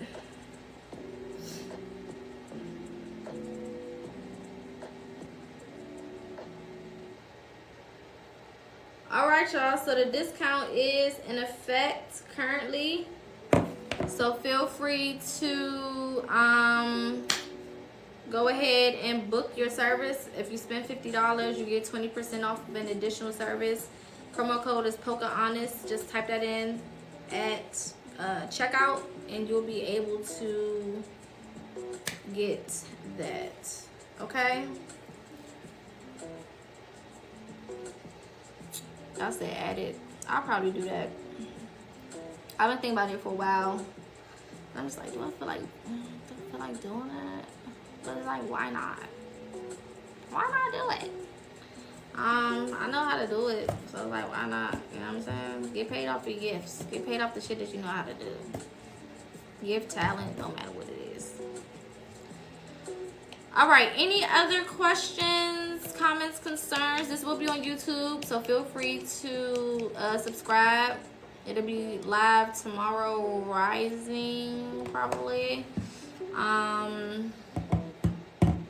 What else? Thank you guys for the likes. Thank you for the shares. Thank you for the comments. Thank you for the gifts. Shout out to everybody who has been gifting, everybody who has been supporting, everybody who has been here for every class that I've done since we started. Last week, I think, was when we officially started doing these lessons, and it's been going great ever since. Tomorrow, we'll either do a reading. I'm sure we'll probably do 2 lives tomorrow. A reading live, and then we may do like a little powwow live later on in the day, just to kind of chit chat and chill. Maybe do a topic. I might do a spiritual Q&A and stuff like that. Yep, all the classes, everything that I ever post, anything that I do live, it's always on YouTube. Always, always, always. Okay, so as long as you subscribe, you should have access to everything. Immediately when I post it, it should pop up. Okay. Again, next Monday we'll be doing birth chart breakdowns. I'll break down every placement in the birth chart so that you guys can understand and go through the whole birth chart and everything. You can pull your birth chart for free. Just type in free birth chart calculator on Google and it'll take you to a website.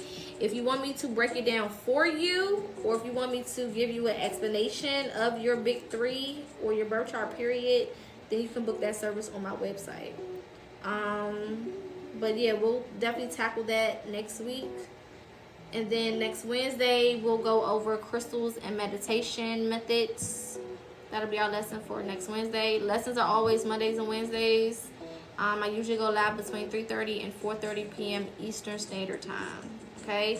If you do miss any of the course, or if you miss it completely, if you miss the live completely, always go on YouTube. It will be there for you, so you can watch it back. Okay? My issue has been understanding astrology with root work. Do you help with that? I can definitely help you tie it into each other. I would have to see your personal chart to kind of really figure out what would be the best things you could do when it comes to roots. Because some of us are more earth-based, some of us are more fire-based, some of us are more air-based, some of us are more water-based. And depending on those things, it will kind of show us, you know, what exactly we should be doing more or less of, or what would be more helpful to us. And then it depends on the specific placements that you have those things in, that will contribute. So like, for example, when it comes to love, you know, that would be your Venus, right? And also could be your 2nd house. So you would need to know which placements or what signs are there, what elements are there. That will probably help you do root work when it comes to love. When it comes to money, that could be your 10th house. That could be your Jupiter or your Mars. Money has a couple of different placements that could affect it, though, honestly. But yeah, depending on what those specific placements are, you can kind of figure out, like, okay, maybe when it comes to this, I need to do some candle magic or some fire magic. And maybe when it comes to this, I need to be working with water or whatever. When it comes to this, maybe I need to use sage, Palo Santo incense, you know, my air stuff. Or my voice, being more vocal, using word of mouth, using my throat chakra. That's also air energy. You know, shit like that. All right, lovelies. So I will see you guys tomorrow. Make sure that you tune in for that as well. I know y'all love the lessons and stuff, but also make sure y'all come in for the readings. We do readings usually on